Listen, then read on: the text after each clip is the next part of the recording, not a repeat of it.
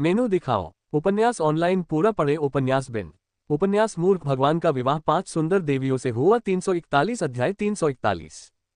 गुणा प्रिय पाठकों, अधिक अध्यायों के अनुवाद में हमारी टीम की सहायता के लिए यहाँ दान करें। URL। मूर्ख भगवान का विवाह 5 सुंदर देवियों से हुआ। 341 से 341। Ads bye pub future. हट ने अपनी लार निगल ली क्योंकि वह उस जगह पर रिया की मूर्ति को देख रहा था जिसके ऊपर झंडे लहरा रहे थे। उनके साथ कई प्रतिमाएं थीं और उनमें से प्रत्येक ने अकादमी के साथ साथ इतिहास में भी अपना नाम दर्ज कराया था, लेकिन उनमें से कोई भी रिया की उपलब्धियों के करीब नहीं पहुंच सका। जब प्रोफेसर को पता चला कि वह एक महान रैंक पर है और वह अपनी ताकत को छुपा रहा था, तो भारी अराजकता सुनिश्चित हो गई क्योंकि 20 साल की उम्र में महान रैंक प्राप्त करना एक महान उपलब्धि थी। यह एक ऐसी घटना थी जिसे रिकॉर्ड करने और पूरे विश्व में प्रसारित करने की आवश्यकता थी क्योंकि इससे किनले और जेनिथ अकादमी दोनों को गौरव प्राप्त होता। लेकिन ऐसा नहीं हुआ क्योंकि उसकी रैंक ट्रांसेंडेंट रैंक पर गिर गई और एलेक्स के आशीर्वाद पूरी तरह से गायब हो जाने के बाद वह महीनों तक बिस्तर पर पड़ा रहा। इसके बाद उसे बहुत झटका लगा और इसके पीछे की वजह बहुत सरल थी। उसने गड़बड़ कर दी। वह सीधे उस मिथिक रैंक की ओर गया और सिर्फ 2 चालों में ही पराजित हो गया। मौत के सामने बचने का मौका पाने के लिए वह अपनी जिंदगी को जला देता है ताकि मिथिक रैंक का सामना करने के लिए ताकत हासिल कर सके या भागने का मौका पा सके। और जब वह कोमा में था तो प्रोफेसर जिसने रिया की वीरता देखी थी, उसने एलेक्स की सहमति से उसे नष्ट करने का फैसला किया और उसे 19 साल की उम्र में सबसे कम उम्र की ट्रांसेंडेंट रैंक के रूप में दर्ज किया गया। जल्द ही वह लीजेंडरी रैंक बन गई और उसे सबसे कम उम्र की लीजेंडरी रैंक का टैग मिला और उसका नाम हॉल ऑफ फेम में दर्ज हो गया। इस बीच एलेक्स ने पूरी तरह से ठीक होने पर ध्यान केंद्रित किया और जितना संभव हो सके उतने स्टे पॉइंट जमा करने और अपना स्तर बढ़ाने की कोशिश की। वह जानता था कि एक बार जब वह लीजेंडरी दायरे में कदम रखेगा तो उसे शायद ही लीजेंडरी रैंक के योद्धा मिलेंगे जिन्हें मारना और स्तर बढ़ाना होगा। ट्रांसेंडेंट रैंक पर व्यक्ति जितना अधिक शक्तिशाली होगा, उसे लेजेंडरी रैंक तक आगे बढ़ने में उतनी ही अधिक बढ़त मिलेगी। हट ने जेरेमी की उलझन भरी निगाहों के नीचे छिपी असहजता को दूर करने के लिए अपना गला साफ किया और कहा, आप ऐसे बोल रहे हैं जैसे कि आपने कोई गड़बड़ नहीं की है। अगर मैं कोई गलती नहीं करता तो क्या तुम सोचते हो कि तुम मुझसे पहले यहाँ बैठकर कॉफी पी रहे होते? एलेक्स ने नाक भान सिकोड़ते हुए कहा, क्योंकि उसे समझ आ गया था कि गलती करना जीवन की अवधि खोने का पर्याय है। एलेक्स सचमुच इस आदमी को मुक्का मारना चाहता था और वापस आकर उसके दांत तोड़ना चाहता था।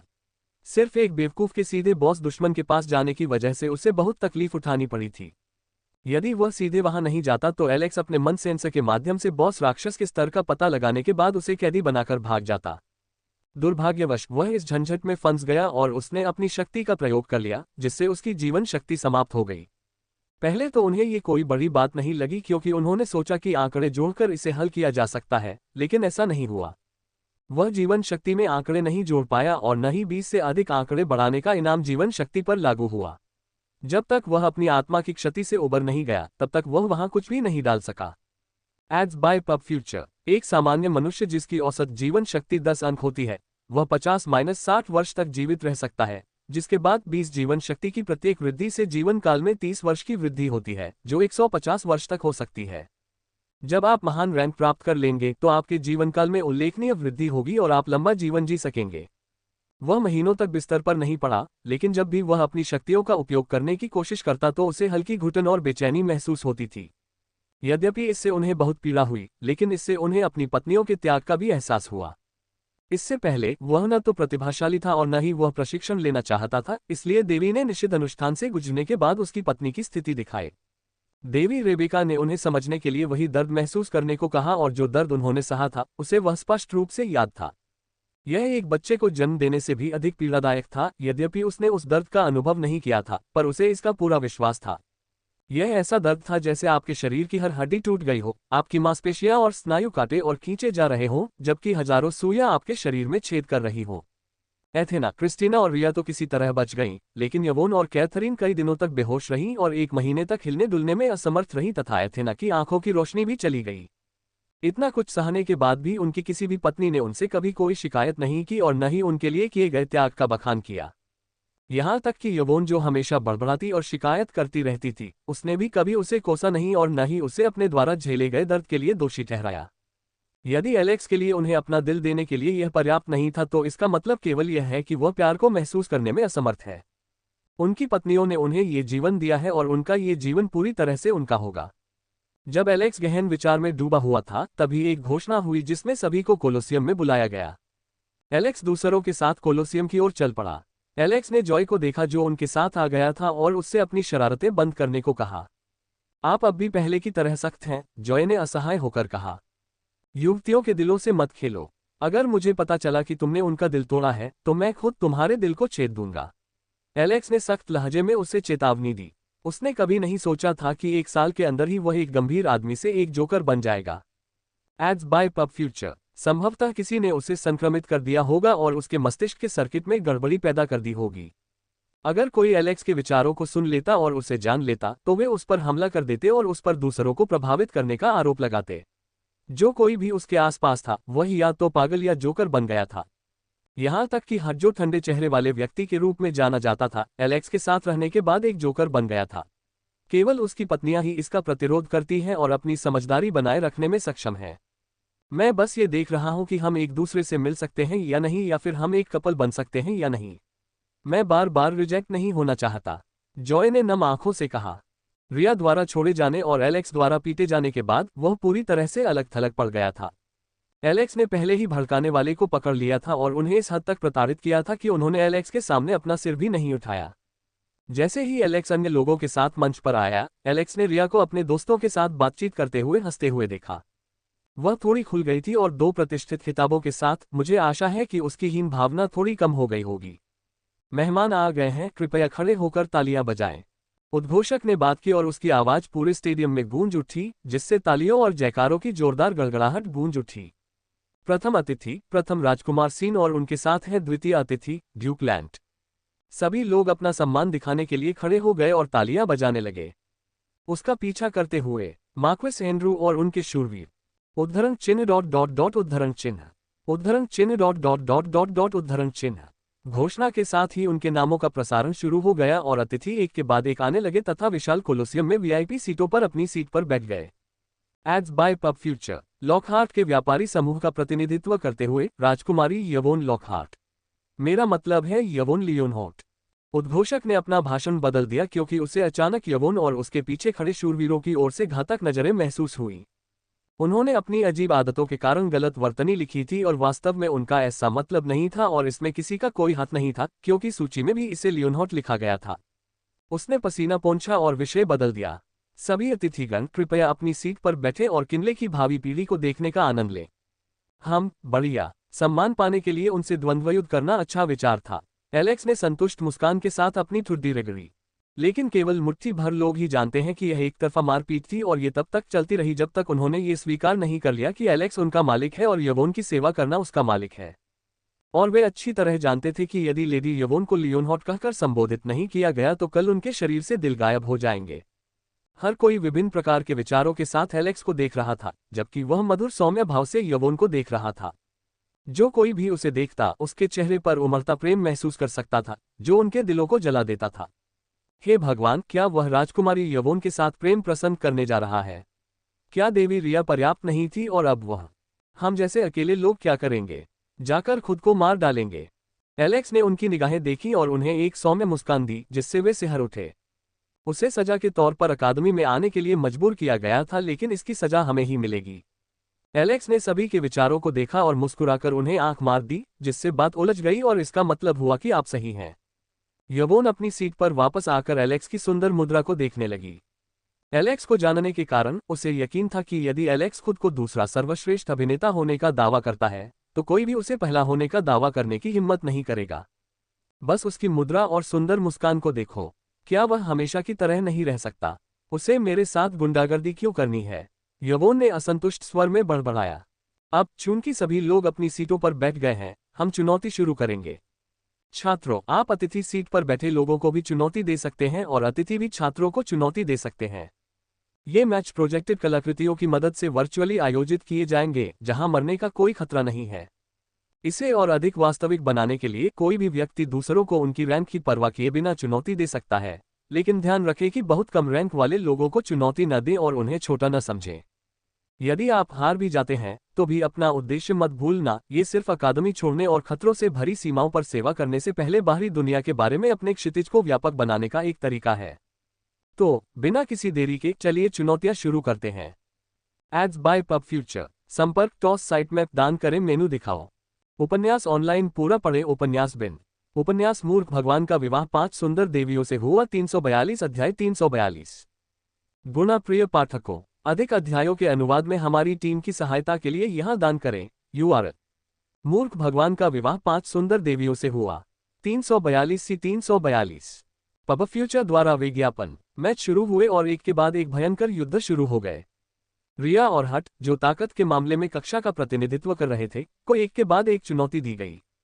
और आश्चर्य की बात यह है कि एलेक्स को चुनौती देने वाले मजबूत लोगों की सूची में नहीं रखा गया था, क्योंकि एलेक्स ने अपनी कमजोरियों को अवसरों में बदल दिया था।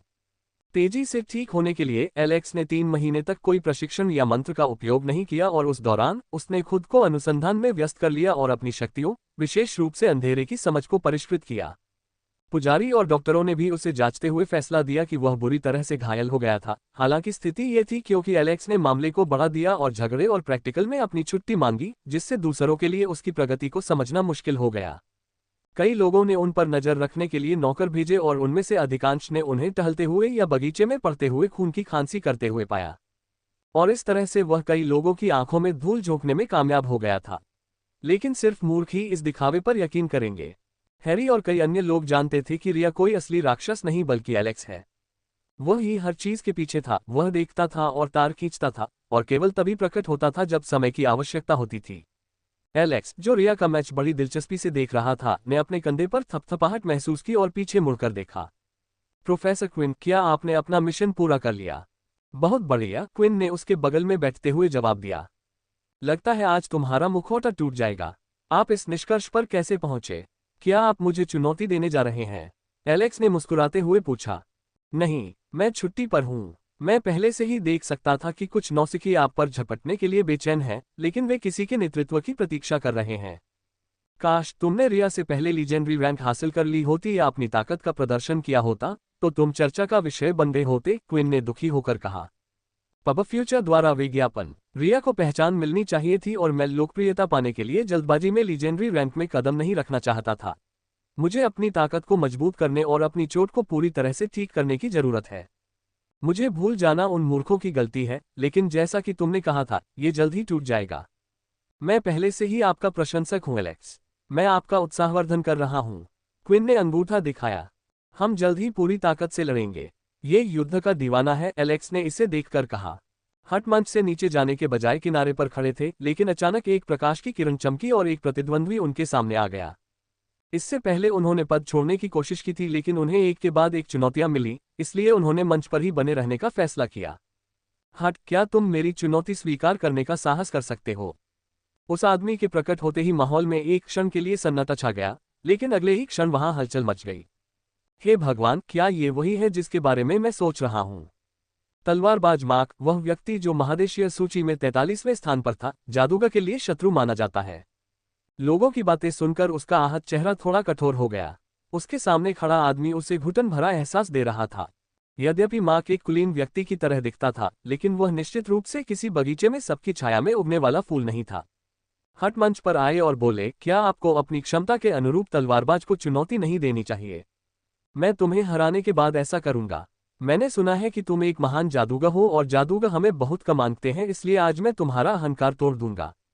हम देखेंगे, हट ने मुस्कुराते हुए कहा, और जैसे ही मंच पर तेज रोशनी फैल गई और एक बड़ी स्क्रीन दिखाई दी, दोनों के शरीर गायब हो गए। चून की लड़ाकों की कुल ताकत काफी अधिक थी, इसलिए एक कलाकृति का उपयोग करके उनके लिए लड़ने हेतु एक आभासी स्थान बनाया गया, जहां वे मारे जाने पर भी नहीं मरेंगे, लेकिन जो दर्द वे महसूस करेंगे वह काफी वास्तविक होगा। हट ने मार्क पर मंत्रों की बौछार करके लड़ाई शुरू की। पब फ्यूचर द्वारा विज्ञापन। मार्क ने हमलों से बचते हुए नृत्य किया और जमीन पर लात मारकर गड्ढा छोड़ दिया। उसका शरीर हट की ओर बढ़ा, लेकिन बर्फ की एक विशाल दीवार प्रकट हुई जिसे मार्क ने काट दिया। मार्क ने अपनी तलवार हवा में घुमाई जो सीधे हट के पास पहुंची, लेकिन तलवार के कुछ ब्लेड की दिशा बदल गई जबकि कुछ हवा में गायब हो गए। मार्क की आंखें एक पल के लिए आश्चर्य से चौड़ी हो गईं और उसकी आंखें उत्साह से चमक उठीं। उसके होंठ चंचलतापूर्वक ऊपर की ओर मुड़ गए और उसने तलवार चलाने का एक अलग ही रुख अपनाया। उसके चेहरे पर एक मुस्कान थी। हट को अपनी पीठ के पीछे झुंझुनी सी महसूस हुई। उसने तुरंत अपना बचाव किया और एक के बाद एक जादू करना शुरू कर दिया। ये बेकार है, लड़ाई खत्म हो गई है, मार्क बोला और उसका रूप गायब हो गया। हट ने अपना हाथ हिलाया और मंत्र पढ़ा। हवा का झोंका।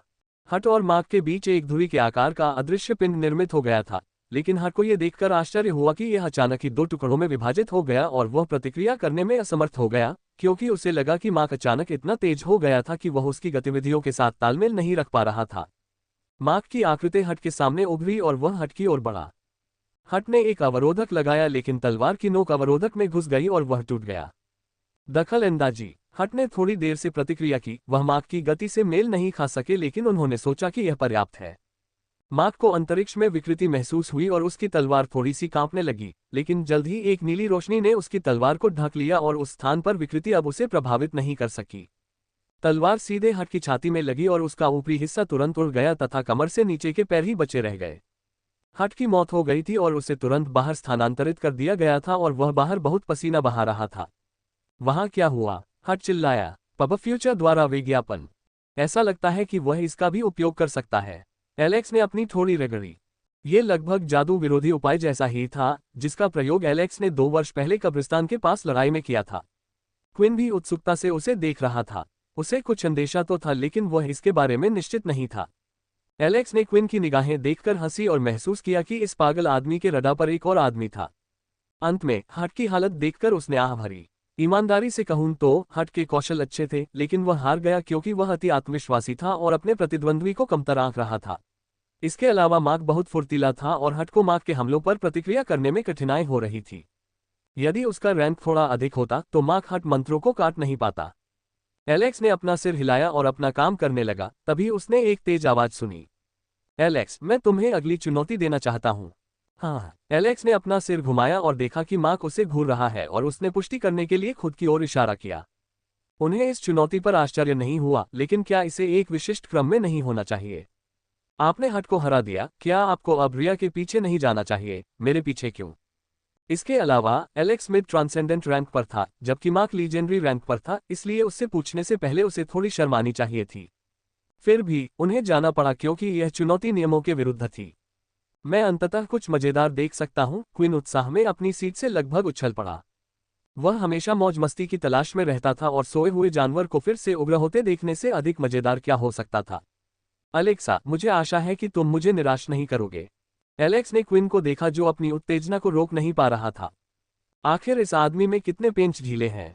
एलेक्स ने अपनी किताब बंद कर दी और अपनी सीट से उठ गया। वह महसूस कर सकता था कि हर कोई उसकी ओर देख रहा है। जब वह यवोन के चिंतित चेहरे को देख रहा था तो उसके होठों पर हल्की सी मुस्कान आ गई और उसने उसे आश्वस्त करने के लिए आंख मारी। यवोन ने मुझे कभी असली लड़ाई करते नहीं देखा। यह मेरी पत्नी को यह दिखाने का अच्छा मौका है कि मैं क्या हूं। क्या मुझे युद्ध के मैदान पर प्रभुत्व जमाना चाहिए या धीरे धीरे आगे बढ़ना चाहिए? नहीं, मुझे शान शौकत ढूंढनी चाहिए ताकि यवोन मुझे एक बर्बर जानवर न समझे। मार्क, जो एलेक्स का इंतजार कर रहा था, अचानक थोड़ा सा कांप उठा। पब फ्यूचर द्वारा विज्ञापन। संपर्क टॉस साइट मैप दान करें। मेनू दिखाओ। उपन्यास ऑनलाइन पूरा पढ़े। उपन्यास बिन। उपन्यास मूर्ख भगवान का विवाह 5 सुंदर देवियों से हुआ 343 अध्याय 343। गुणा प्रिय पाठकों, अधिक अध्यायों के अनुवाद में हमारी टीम की सहायता के लिए यहां दान करें। URL। मूर्ख भगवान का विवाह 5 सुंदर देवियों से हुआ 343 सी 343। पब फ्यूचर द्वारा विज्ञापन। एलेक्स ने मंच की ओर जाने वाली सीढ़ियां उतरते समय चेहरे पर एक दुष्ट मुस्कान के साथ उन धब्बों को बाहर निकाला। एलेक्स के पास से गुजरने पर वे लोग सांस लेना भूल गए। जैसे ही वह धब्बा हटा, एलेक्स का पूरा आभामंडल बदल गया। वह शक्ति जिसे उसने रोक रखा था बाहर निकलने लगी और सभी की रीढ़ में सिहरन पैदा हो गई। पहले वह एक सौम्य विद्वान, एक हानिरहित शाकाहारी प्राणी जैसा दिखता था, लेकिन अब वह एक शिकारी जैसा दिखता था जो शिकार करके उसे खा जाएगा। यह धब्बा एक कलाकृति थी जिसे एथेना ने राइम साम्राज्य से प्राप्त किया था, जिसने उसे उसकी अपार मदद के लिए श्रद्धांजलि के रूप में भेंट किया था। एथेना के बिना भूमि बंजर और बंजर हो जाती अगर उसने इसके बाद की स्थिति से नहीं निपटा होता। उसने कुछ मंत्रों का जाप करने के बाद उसे उपहार दिया, जिससे उसकी हत्या करने की इच्छा समाप्त हो गई और उसका मन शांत हो गया। यहाँ तक कि यदि वह क्रोधित हो और हत्या की मंशा प्रकट कर दे तो भी वह धब्बे के कारण निष्प्रभावी हो जाएगी और यह पहनने वाले के पद को भी छिपा सकती है। हट, कोट का ध्यान रखना, एलेक्स बोला और अपना कोट हट की ओर फेंक दिया, जिसने उसे जल्दी से पकड़ लिया। हट यह विरोध करना चाहता था कि वह उसका नौकर नहीं है, लेकिन वह इतने सारे लोगों के सामने ऐसा नहीं कर सका। वह जानता था कि अगर वह एलेक्स के साथ रहा तो उसकी गरिमा को ठेस पहुंचेगी। चलो शुरू करें। जब एलेक्स और मार्क बीच में एक दूसरे के सामने खड़े थे, एलेक्स को मार्क की ओर से शत्रुता का भाव महसूस हुआ और इससे पहले कि वह मार्क से कुछ पूछ पाता, उनकी छवियां गायब हो गईं। एलेक्स अब विशाल मैदानों के सामने खड़ा था जहां हल्की हवाएं उसके पास से गुजर रही थीं।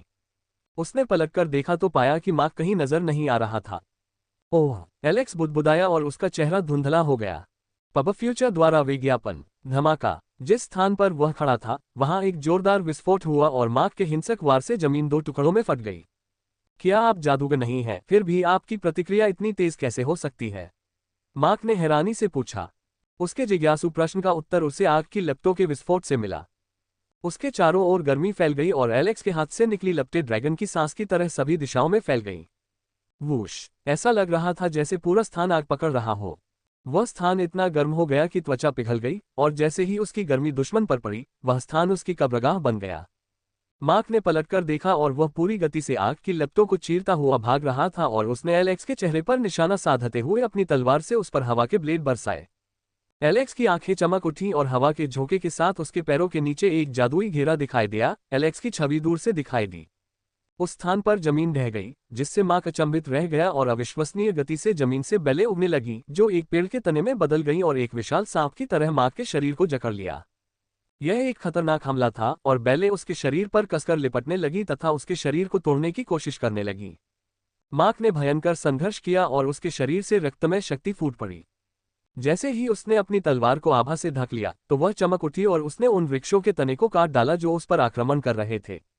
Swish, swish, swish! उसने एक क्षण में अपने शरीर पर लिपटी हर चीज को काट डाला, लेकिन उसी क्षण एक शक्तिशाली बल ने उसके शरीर पर प्रहार किया और वह उड़ गया। पब फ्यूचर द्वारा विज्ञापन। मार्क जमीन से उछला, लेकिन उसने तुरंत अपना शरीर घुमाया और अपने पैरों पर खड़ा हो गया तथा उसके मुंह में खून थूक दिया। पवन ब्लेड। स्विश! एलेक्स ने मौका नहीं गंवाया और अपने हाथ से काट दिया। उसकी गति से तेज हवा चली और वह ब्लेड में बदल गया, जिसने मार्क पर हमला कर दिया। एलेक्स ने मार्क पर एक के बाद एक पवन ब्लेड से हमला किया। मार्क ने रक्षात्मक रुख अपनाया और हमलों को रोकने और विक्षेपित करने के लिए अपनी तलवार को जोर से घुमाना शुरू कर दिया। विक्षेपित पवन ब्लेड जमीन पर गिरे, जिससे जगह जगह दरारें पड़ गईं। मार्क के पास की जमीन अस्त व्यस्त थी और उसके आसपास की हर चीज हवा के झोंकों से टकराने के कारण तार तार हो गई थी। मार्क ने हवा के झोंकों को रोकते हुए जवाबी हमला शुरू कर दिया और अपनी तलवार से भयंकर वार किया। 5 मीटर लंबी नीली रोशनी का एक विशाल चाप एलेक्स की ओर बढ़ा और सब कुछ साफ करता हुआ आगे बढ़ा। एलेक्स ने एक अवरोध खड़ा किया, लेकिन चाप आसानी से उसमें से होकर निकल गया और एलेक्स की ओर बढ़ गया। एलेक्स ने अपना हाथ हिलाया और उसके सिर के ऊपर एक विशाल आग का गोला प्रकट हुआ जो नीली लपटों में बदल गया। एलेक्स ने इसे अंडे के आकार में दबाया और ब्लेड के आने वाले चाप की ओर फेंक दिया। धमाका। पब फ्यूचर द्वारा विज्ञापन। दोनों हमले आपस में टकराए और विस्फोट हो गए, जिससे एक दूसरे का विनाश हो गया तथा शॉकवेव फैल गई। अब इसे खत्म करने का समय आ गया है, मार्क ने मुस्कुराते हुए कहा और अपना दाहिना पैर आगे बढ़ाया। उसने तलवार को पीछे खींच लिया और अपना रुख अपनाया। एलेक्स की आंखें थोड़ी सिकुड़ गईं और वह सीधे हमले का सामना करने के लिए तैयार हो गया। एलेक्स का मन इधर उधर घूमने लगा और उसमें से तेज हवा निकली जिसने बवंडर का रूप ले लिया। जल्द ही उसमें आग लग गई और वह आग उगलने वाले बवंडर में बदल गया। मार्क ने अपनी तलवार घुमाई और उसका शरीर बिजली की चमक की तरह हिला, जिससे पीछे कुछ छवियां बनती गईं जब उसने अपनी तलवार एलेक्स की ओर खींची। बवंडर के कारण एक सीधी रेखा में मौजूद हर चीज जमीन के साथ कट गई। एलेक्स के शरीर पर एक अदृश्य शक्ति ने प्रहार किया और वह 2 टुकड़ों में विभाजित हो गया। उसका शरीर तोप की तरह पीछे की ओर उछला और मार्क बड़ी मुस्कान के साथ उसके पीछे प्रकट हुआ। लेकिन उसकी मुस्कुराहट जल्द ही गायब हो गई जब उसने देखा कि एलेक्स के 2 अलग हुए हिस्से गायब होने लगे और पूरी तरह से सही सलामत एलेक्स सामने आया, जिसके कपड़ों पर सामने से एक कट लगा था, लेकिन उसके शरीर पर एक भी खरोंच नहीं थी। यह एक अच्छा कदम था। यदि समय पर प्रतिक्रिया नहीं की जाती तो ये 70% जादूगरों का जीवन समाप्त करने के लिए पर्याप्त था। मार्क, मुझे बताओ कि क्या तुमने मुझे अपनी जिज्ञासा के कारण चुनौती दी थी या ये किसी के आदेश के तहत था? आपकी तकनीकें, कौशल और तलवारबाजी विशेष रूप से जादूगरों से मुकाबला करने के लिए विकसित की गई लगती है। ये वास्तव में अद्भुत है, एलेक्स ने समझदारी भरी नजर से कहा। मार्क को बहुत पसीना आने लगा क्योंकि उसके दिल में एक बुरा पूर्वाभास उमड़ने लगा था। पहले मुझे चुनौती देने से अधिक जिज्ञासा और ध्यान आकर्षित होता, इसलिए आपने जादूगर के नाम पर पहले हट को चुना और फिर मुझे। मुझे अनुमान लगाने दो, आप प्रथम राजकुमार शॉन हैं, है ना? एलेक्स की मुस्कान देखकर मार्क का शरीर सख्त हो गया और एलेक्स की अंतर्ज्ञान को देखकर उसकी पीठ पसीने से भीग गई। ओह, तो मैं सही था, एलेक्स बोला और अपना हाथ हिलाया। सच में यह सिर्फ एक अनुमान था। वह मार्क की शत्रुतापूर्ण और दृढ़ दृष्टि से उसके इरादे को जान सकता था, लेकिन वह नहीं जानता था कि इसके पीछे कौन है। इसलिए उसने ऊपर से शुरू किया, लेकिन संयोगवश वह एक जैक स्पॉट पर जा लगा। जमीन से एक चट्टान का टुकड़ा उभरा जिसने तलवार का आकार ले लिया और फिर उसके सिरे पर बर्फ की एक परत चढ़ गई, जिसके बाद प्रकाश की एक परत ने उसे उस तरह की तरह तेज बना दिया। और जैसे ही एलेक्स ने हैंडल पकड़ा, एलेक्स से एक तीव्र आभा फूट पड़ी।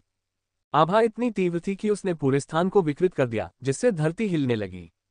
मैंने काफी वार्म अप कर लिया है, अब समय है वास्तविक रूप से लड़ने का, और हाँ, एक जादुई तलवारबाज के रूप में, न कि एक जादूगर के रूप में। पब फ्यूचर द्वारा विज्ञापन। संपर्क टॉस साइट मैप दान करें। मेनू दिखाओ। उपन्यास ऑनलाइन पूरा पढ़े। उपन्यास बिन। उपन्यास मूर्ख भगवान का विवाह 5 सुंदर देवियों से हुआ 344 अध्याय 344।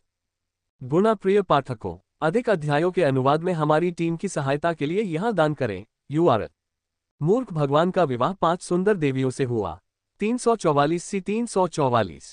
हमारे द्वारा आपके लिए तैयार की गई अनुशंसाएं देखें। हमारे द्वारा आपके लिए तैयार की गई अनुशंसाएं देखें। प्रायोजित डिस्कवरी फीड। पब फ्यूचर द्वारा विज्ञापन। मंच के बाहर अचानक बदले घटनाक्रम से सभी की लार टपक पड़ी। कई लोगों के लिए यह ज्यादा झटका नहीं था, लेकिन कुछ अन्य लोगों के लिए यह बहुत बड़ा झटका था। उन्होंने देखा कि एलेक्स ने कुछ शब्द बोले जिससे मार्क के चेहरे का भाव विकृत हो गया और लड़ाई रुक गई, जिसके बाद एलेक्स ने एक तलवार बनाई और अपनी आभा उत्सर्जित की, जिससे स्क्रीन एक क्षण के लिए धुंधली हो गई। मैच देख रहे शॉन ने अपनी कुर्सी की बगलों को कसकर भींच लिया और दांत भींचने लगे। एलेक्स के होठों पर चालाक मुस्कान और मार्क के चेहरे पर भाव देखकर उसे यकीन हो गया कि एलेक्स को उसकी संलिप्तता का संकेत मिल गया होगा। एलेक्स ने न तो अपने इरादे घोषित किए थे और न ही उसके पिता ने उसे वापस लेने का कोई दावा किया था, लेकिन वह और अधिक परिवर्तन नहीं चाहता था। हेक्स के साथ उसकी लड़ाई पहले से ही बहुत कठिन थी और वह नहीं चाहता था कि एलेक्स ताज के लिए दौड़े या दूसरों की मदद करे। उसे नीचे रखने के लिए उसे किसी ऐसे व्यक्ति की जरूरत थी जो उसे बड़े मंच पर कुचल दे। वह जानता था कि एलेक्स तलवारबाजों के बारे में थोड़ा जानता है, लेकिन वह पिछड़े इलाकों से क्या सीख सकता था, क्योंकि उसने अकादमी में जादूगर के रूप में अध्ययन किया था। भले ही उसके पास तलवारबाजी में कुछ कौशल था, लेकिन वह पहले से ही जंग खा चुका होगा। इसीलिए उसने मार्क को चुना था, जो जादूगरों का दुश्मन था, ताकि उससे निपट सके, लेकिन कौन जानता था कि वह जितना दिखता है उससे कहीं अधिक है। एलेक्स से निकलने वाली आभा ये साबित करने के लिए पर्याप्त थी कि उसने उस पहलू में उचित प्रशिक्षण लिया था। और अब उसे कुचलने के बजाय उसने एलेक्स के लिए बड़ा मंच तैयार कर दिया था और मार्क को हराकर एलेक्स अंततः कॉन्टिनेंटल सूची में अपना नाम दर्ज करा सकता था और अपनी ख्याति दूर दूर तक फैला सकता था। यवोन ने शॉन के हाव भाव देखने के लिए अपनी भौहें उठाईं और एक मोहक मुस्कान के साथ बोली, महामहिम शॉन, क्या आप कहीं भी असहज हैं? पब फ्यूचर द्वारा विज्ञापन। तुम्हारा चेहरा ठीक नहीं लग रहा है। हा, ये राजकुमारी यवोन नहीं है। मैं सबसे कम उम्र के खिलाड़ी का प्रदर्शन देखकर आश्चर्यचकित था। उसने सभी की उम्मीदों से बढ़कर प्रदर्शन किया है। मैं बस उसके कल्याण के बारे में चिंतित हूँ। घर को ठीक से आगे बढ़ते देखकर मैं वास्तव में खुश हूँ, शॉन ने अपने दांत पीसते हुए भारी आवाज में कहा। ओह, उस स्थिति में मैं आपके अच्छे इरादों को एलेक्स तक पहुंचा दूंगी, यवोन ने मुस्कुराते हुए कहा और अपना ध्यान स्क्रीन की ओर मोड़ लिया। एक पल के लिए एलेक्स के आभामंडल में आए बदलाव ने उसे आश्चर्यचकित कर दिया। उसने उसे खाली देखा था, लेकिन वह हमेशा उबा हुआ दिखता था। यह पहली बार था जब उसने उसे गंभीरता से देखा था। एथेना और अन्य लोगों के कान पहले से ही उसकी प्रशंसा करते करते सुन्न हो चुके थे, जिसे उसने आसानी से खारिज कर दिया। लेकिन एलेक्स को इतने करीब से लड़ते देखकर उसकी दिल की धड़कनें थोड़ी तेज हो गईं। ईमानदारी से कहूं तो वह काफी अच्छा लग रहा था। यह दृश्य देखकर क्वीन अपनी सीट से उछल पड़ा और अजीब तरह से हंसने लगा, जिससे आसपास खड़े लोग डर गए। ऐसा लगता है कि वह कुछ आजमाना चाहता है। ... मार्क अचानक हुए इस परिवर्तन से भयभीत हो गया, क्योंकि एक विशाल लाल आभा ने उसे घेर लिया था। मैं कोई जादूगर नहीं हूं, मैं एक जादुई तलवारबाज हूं। सभी जादूगर और तलवारबाज जादुई तलवारबाज को कम आंकते हैं, इसलिए मैं ये साबित करना चाहता था कि हम जादुई तलवारबाज दूसरों से कमतर नहीं हैं। एलेक्स ने जब मार्क का मजाक उड़ाया तो वह चुप हो गया। नहीं, मैं हार नहीं सकता। अगर मैं यहां हार गया तो मेरा राजा हंसी का पात्र बन जाएगा और उसकी प्रतिष्ठा बहुत बढ़ जाएगी। उसने अपनी तलवार कसकर पकड़ ली और आगे बढ़ गया। क्वांग। एलेक्स और मार्क की तलवारें टकरा गईं। मार्क से एक प्रबल आभा निकली जो एलेक्स को निगल जाना चाहती थी, लेकिन वह एलेक्स की सुरक्षा को भेदने में सक्षम नहीं थी। जब भी उनकी तलवार टकराती तो एक शक्तिशाली आघात तरंग सब कुछ में फैल जाती। एक क्षण के लिए मार्क अपना आश्चर्य छिपा न सका। एलेक्स सर्वश्रेष्ठ रूप से एक ट्रांसेंडेंट रैंक विशेषज्ञ था, लेकिन जब उसकी आभा को अवरुद्ध करने की बात आई तो उसने एक बेतुका बचाव दिखाया। भले ही एलेक्स की क्षमता उसकी उम्मीद से अधिक थी, लेकिन मार्क को रैंक और अनुभव में बढ़त हासिल थी, लेकिन पहली भिड़ंत से ही उसे महसूस हो गया था कि वह उस लड़के के सामने कमजोर पड़ रहा है, जो अभी 21 साल का हुआ था और अपने पंख फैलाए हुए था, जिसे वह अपने शासक के आदेशों के कारण बुरी तरह से काटना चाहता था। गड़गड़ाहट, गड़गड़ाहट, जमीन हिलने और फटने लगी। मार्क ने अपने दांत पीस लिए ताकि उसकी भुजाओं में और अधिक शक्ति आ जाए और उसका आभामंडल बढ़ जाए। भारत के सबसे बड़े एक्सचेंज पर सबसे बढ़िया ऑड्स और सबसे बड़ा बोनस। अभी बेट लगाएं। भारत के सबसे बड़े एक्सचेंज पर सबसे बढ़िया ऑड्स और सबसे बड़ा बोनस। अभी बेट लगाएं। YOLO247.co। पब फ्यूचर द्वारा विज्ञापन। यदि एलेक्स ने सिर पर वार करने वाले हमले को रोका तो वह बाईं ओर आगे बढ़ेगा और उसके कंधे पर हमला करेगा, और यदि एलेक्स ने उसे फिर से रोका तो वह दूसरी तरफ से हमला करेगा। इसकी गति इतनी तेज थी कि इसे नंगी आंखों से देख पाना कठिन था। अत्यधिक परिश्रम के कारण मार्क को अपनी जांघ में सूजन तथा मांसपेशियों में उभार महसूस हुआ, लेकिन चाहे उसने कितनी भी ताकत लगाई हो, वह एलेक्स को पीछे धकेलने में सक्षम नहीं था। तेज हवा के झोंके आए और एलेक्स हमले के तूफान में फंस गया, फिर भी वह विचलित नहीं हुआ और उसने अपनी तलवार को एक मशीन की तरह बिना किसी हिचकिचाहट के घुमाया और प्रतिद्वंद्वी के सभी हमलों को रोक दिया। मैरियन ने उसे पकड़ लिया और शीघ्र ही आश्चर्यजनक गति से एलेक्स के चारों ओर चक्कर लगाने लगी। धीरे धीरे एलेक्स को एक कोने में धकेलते हुए एलेक्स के सामने विभिन्न छवियां चमक उठीं और कई मार्क्स उस पर तलवार तानते हुए उसके सामने प्रकट हुए। एलेक्स ने अपनी भौहें उठाईं और आश्चर्यजनक प्रतिक्रिया दर दिखाए। एलेक्स ने अपनी आंखें बंद कर लीं और मन के प्रवाह का अवलोकन किया। क्वांग हमलों के बल के कारण एलेक्स के पीछे एक दरार उत्पन्न हो गई, लेकिन आश्चर्यजनक रूप से एलेक्स हमले को रोकने में सक्षम रहा। हमलों की प्रतिकारक शक्ति इतनी अधिक थी कि एलेक्स के हाथ कांपने लगे, क्योंकि उसने हमले से बचाव के लिए अपनी पकड़ मजबूत कर ली थी। वह तलवार इतनी देर तक कैसे टिकी रह सकती है? ये घटिया तलवार मेरी तलवार के सामने कैसे टिक सकती है? मार्क आश्चर्य से चिल्लाया जब उसने देखा कि मिट्टी और बर्फ से बनी तलवार अभी भी टिकी हुई है। बहुत हो गई गपशप। एलेक्स ने अपनी तलवार निकाली और मार्क पर वार किया। मार्क ने अपनी तलवार खींच ली और 1 सेकंड में अनगिनत बार वार किया। स्थिति में बहुत बदलाव आया, क्योंकि उसे महसूस हुआ कि एलेक्स की गति दिन प्रतिदिन बढ़ती जा रही है। उसके हमले को रोकने के बाद एलेक्स ने जल्दबाजी में मार्क पर हमला किया और उस पर वार करना शुरू कर दिया, जो लगातार तेज होता गया। मार्क को रोंगटे खड़े होने लगे और उसकी सांस फूलने लगी, उसके हाथ कांपने लगे। एलेक्स का हर वार बहुत जोरदार था। एलेक्स की आभा फट गई और उसकी तलवार लाल आभा से ढक गई, जिसने मार्क की तलवार पर प्रहार करना और उसे नुकसान पहुंचाना शुरू कर दिया, जिससे मार्क को बहुत आश्चर्य हुआ और उसकी तलवार पर कई चिप्स दिखाई देने लगे। पब फ्यूचर द्वारा विज्ञापन। संपर्क टॉस साइट मैप दान करें मेनू दिखाओ। उपन्यास ऑनलाइन पूरा पढ़े। उपन्यास बिन। उपन्यास मूर्ख भगवान का विवाह 5 सुंदर देवियों से हुआ 345 अध्याय 345। गुणा प्रिय पाठकों, अधिक अध्यायों के अनुवाद में हमारी टीम की सहायता के लिए यहां दान करें। URL।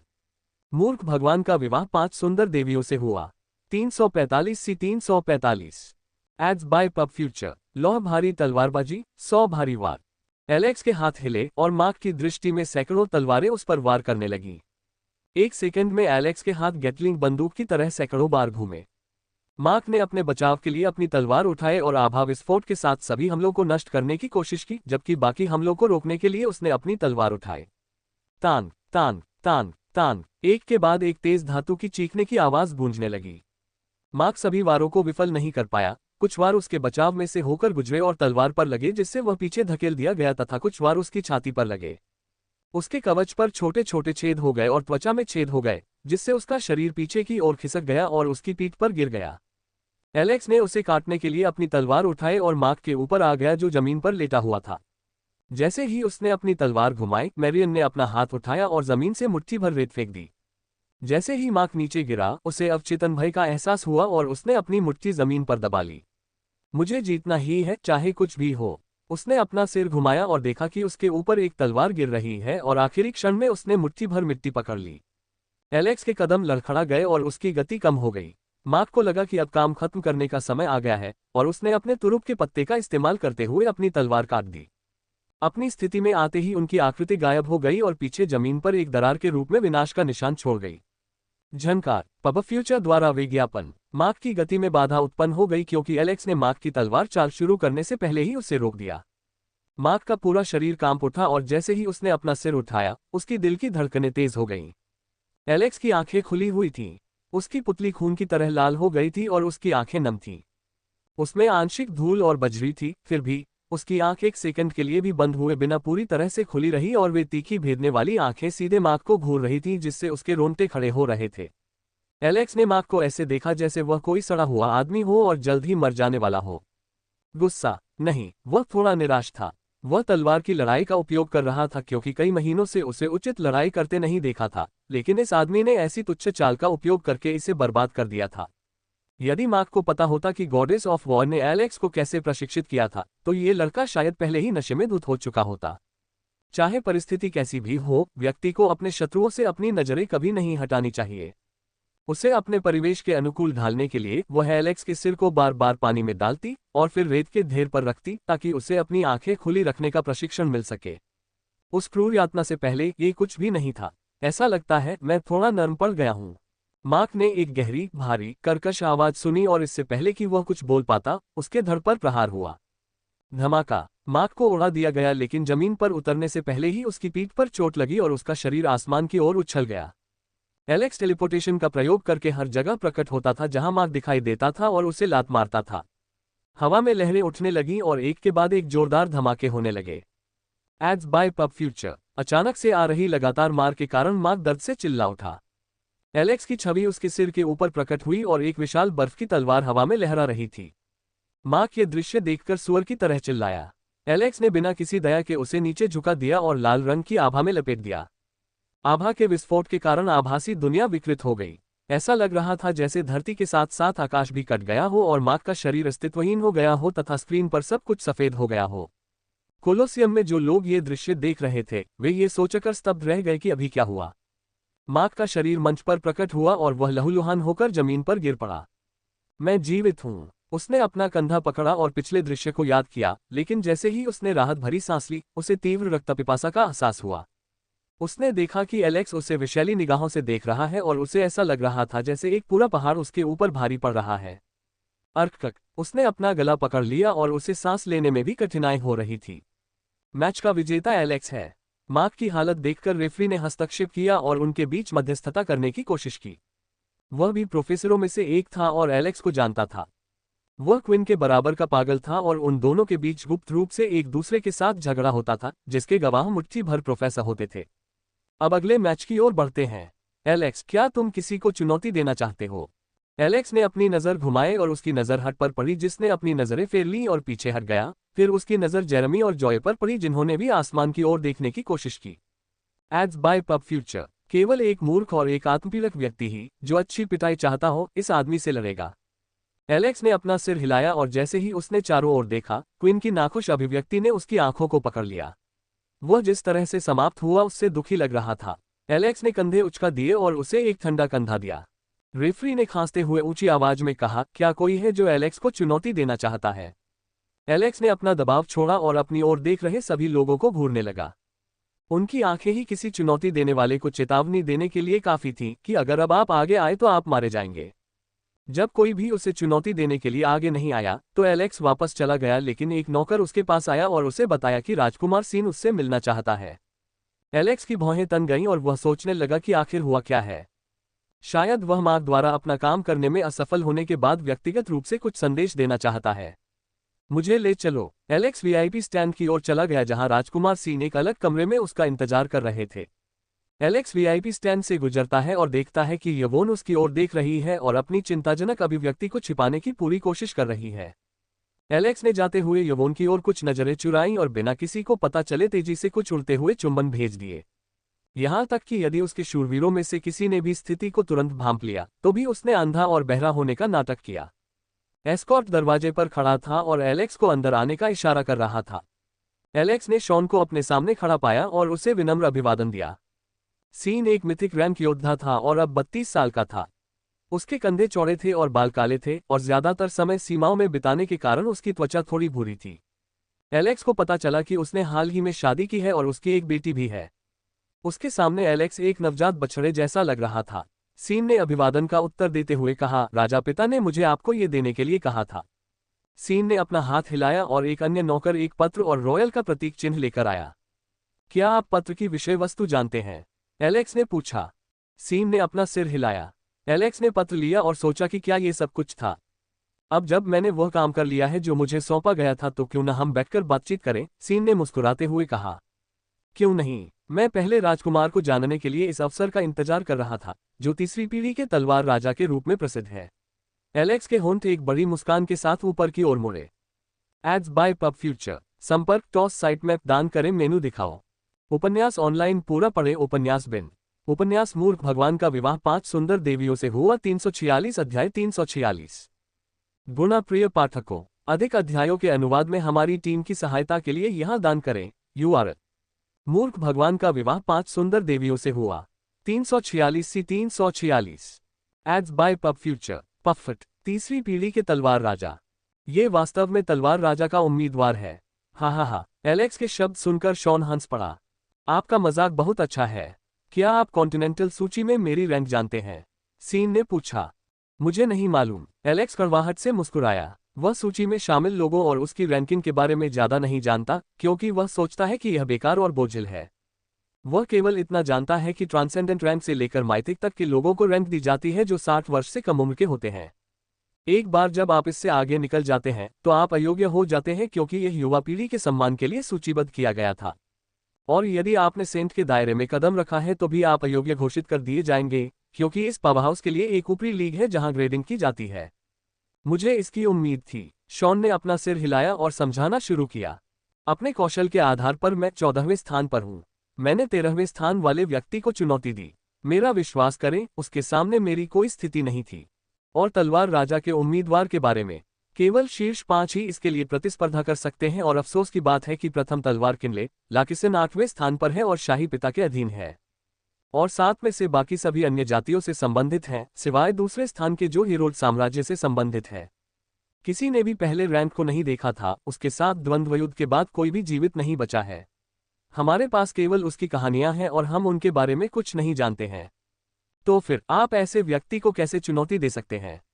एलेक्स ने अपनी ठोड़ी रगड़ते हुए पूछा। अगर आप उसे ढूंढ ही नहीं सकते तो आप कैसे जान सकते हैं कि वह अकेले जीतता है या किसी की मदद से? मैं समझता हूं कि तुम क्या सोच रहे हो। यदि तुम उसे चुनौती देना चाहते हो तो तुम्हें इन्फेनल रैंकिंग कार्यालय को एक संदेश भेजना होगा।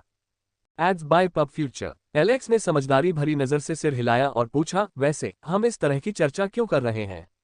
मुझे पता था कि तुमने मुझे किसी और काम के लिए बुलाया है। मैं शुरू करने से पहले माहौल को थोड़ा हल्का बनाना चाहता था। बोलते समय शॉन का चेहरा थोड़ा सख्त हो गया। एलेक्स, मुझे नहीं पता कि तुम्हें इसके बारे में पता था या नहीं, लेकिन जिस आदमी से तुमने लड़ाई की थी वह मेरा आदमी था। ओह, एलेक्स के होंठ थोड़े मुड़े। क्या वह मुझे धमकी देने वाला है? लेकिन उसके हाव भाव से ऐसा नहीं लग रहा था। ये कहना गलत नहीं होगा कि मैं तुम्हें गिराना चाहता था और मुझे नहीं लगता कि मैंने कुछ गलत किया है। मैंने एक व्यक्ति को सिर्फ इस समय तुम्हें हराने के लिए भेजा था, तुम्हारी जान लेने के बाद नहीं। यदि आप हार भी जाते तो भी आपको एक खरोंच भी नहीं आती। चाहे आप जीते या हारें, हम ऐसी कोई बातचीत नहीं करेंगे। लेकिन मार्क ने जिस तरह से लड़ाई लड़ी वह गलत था।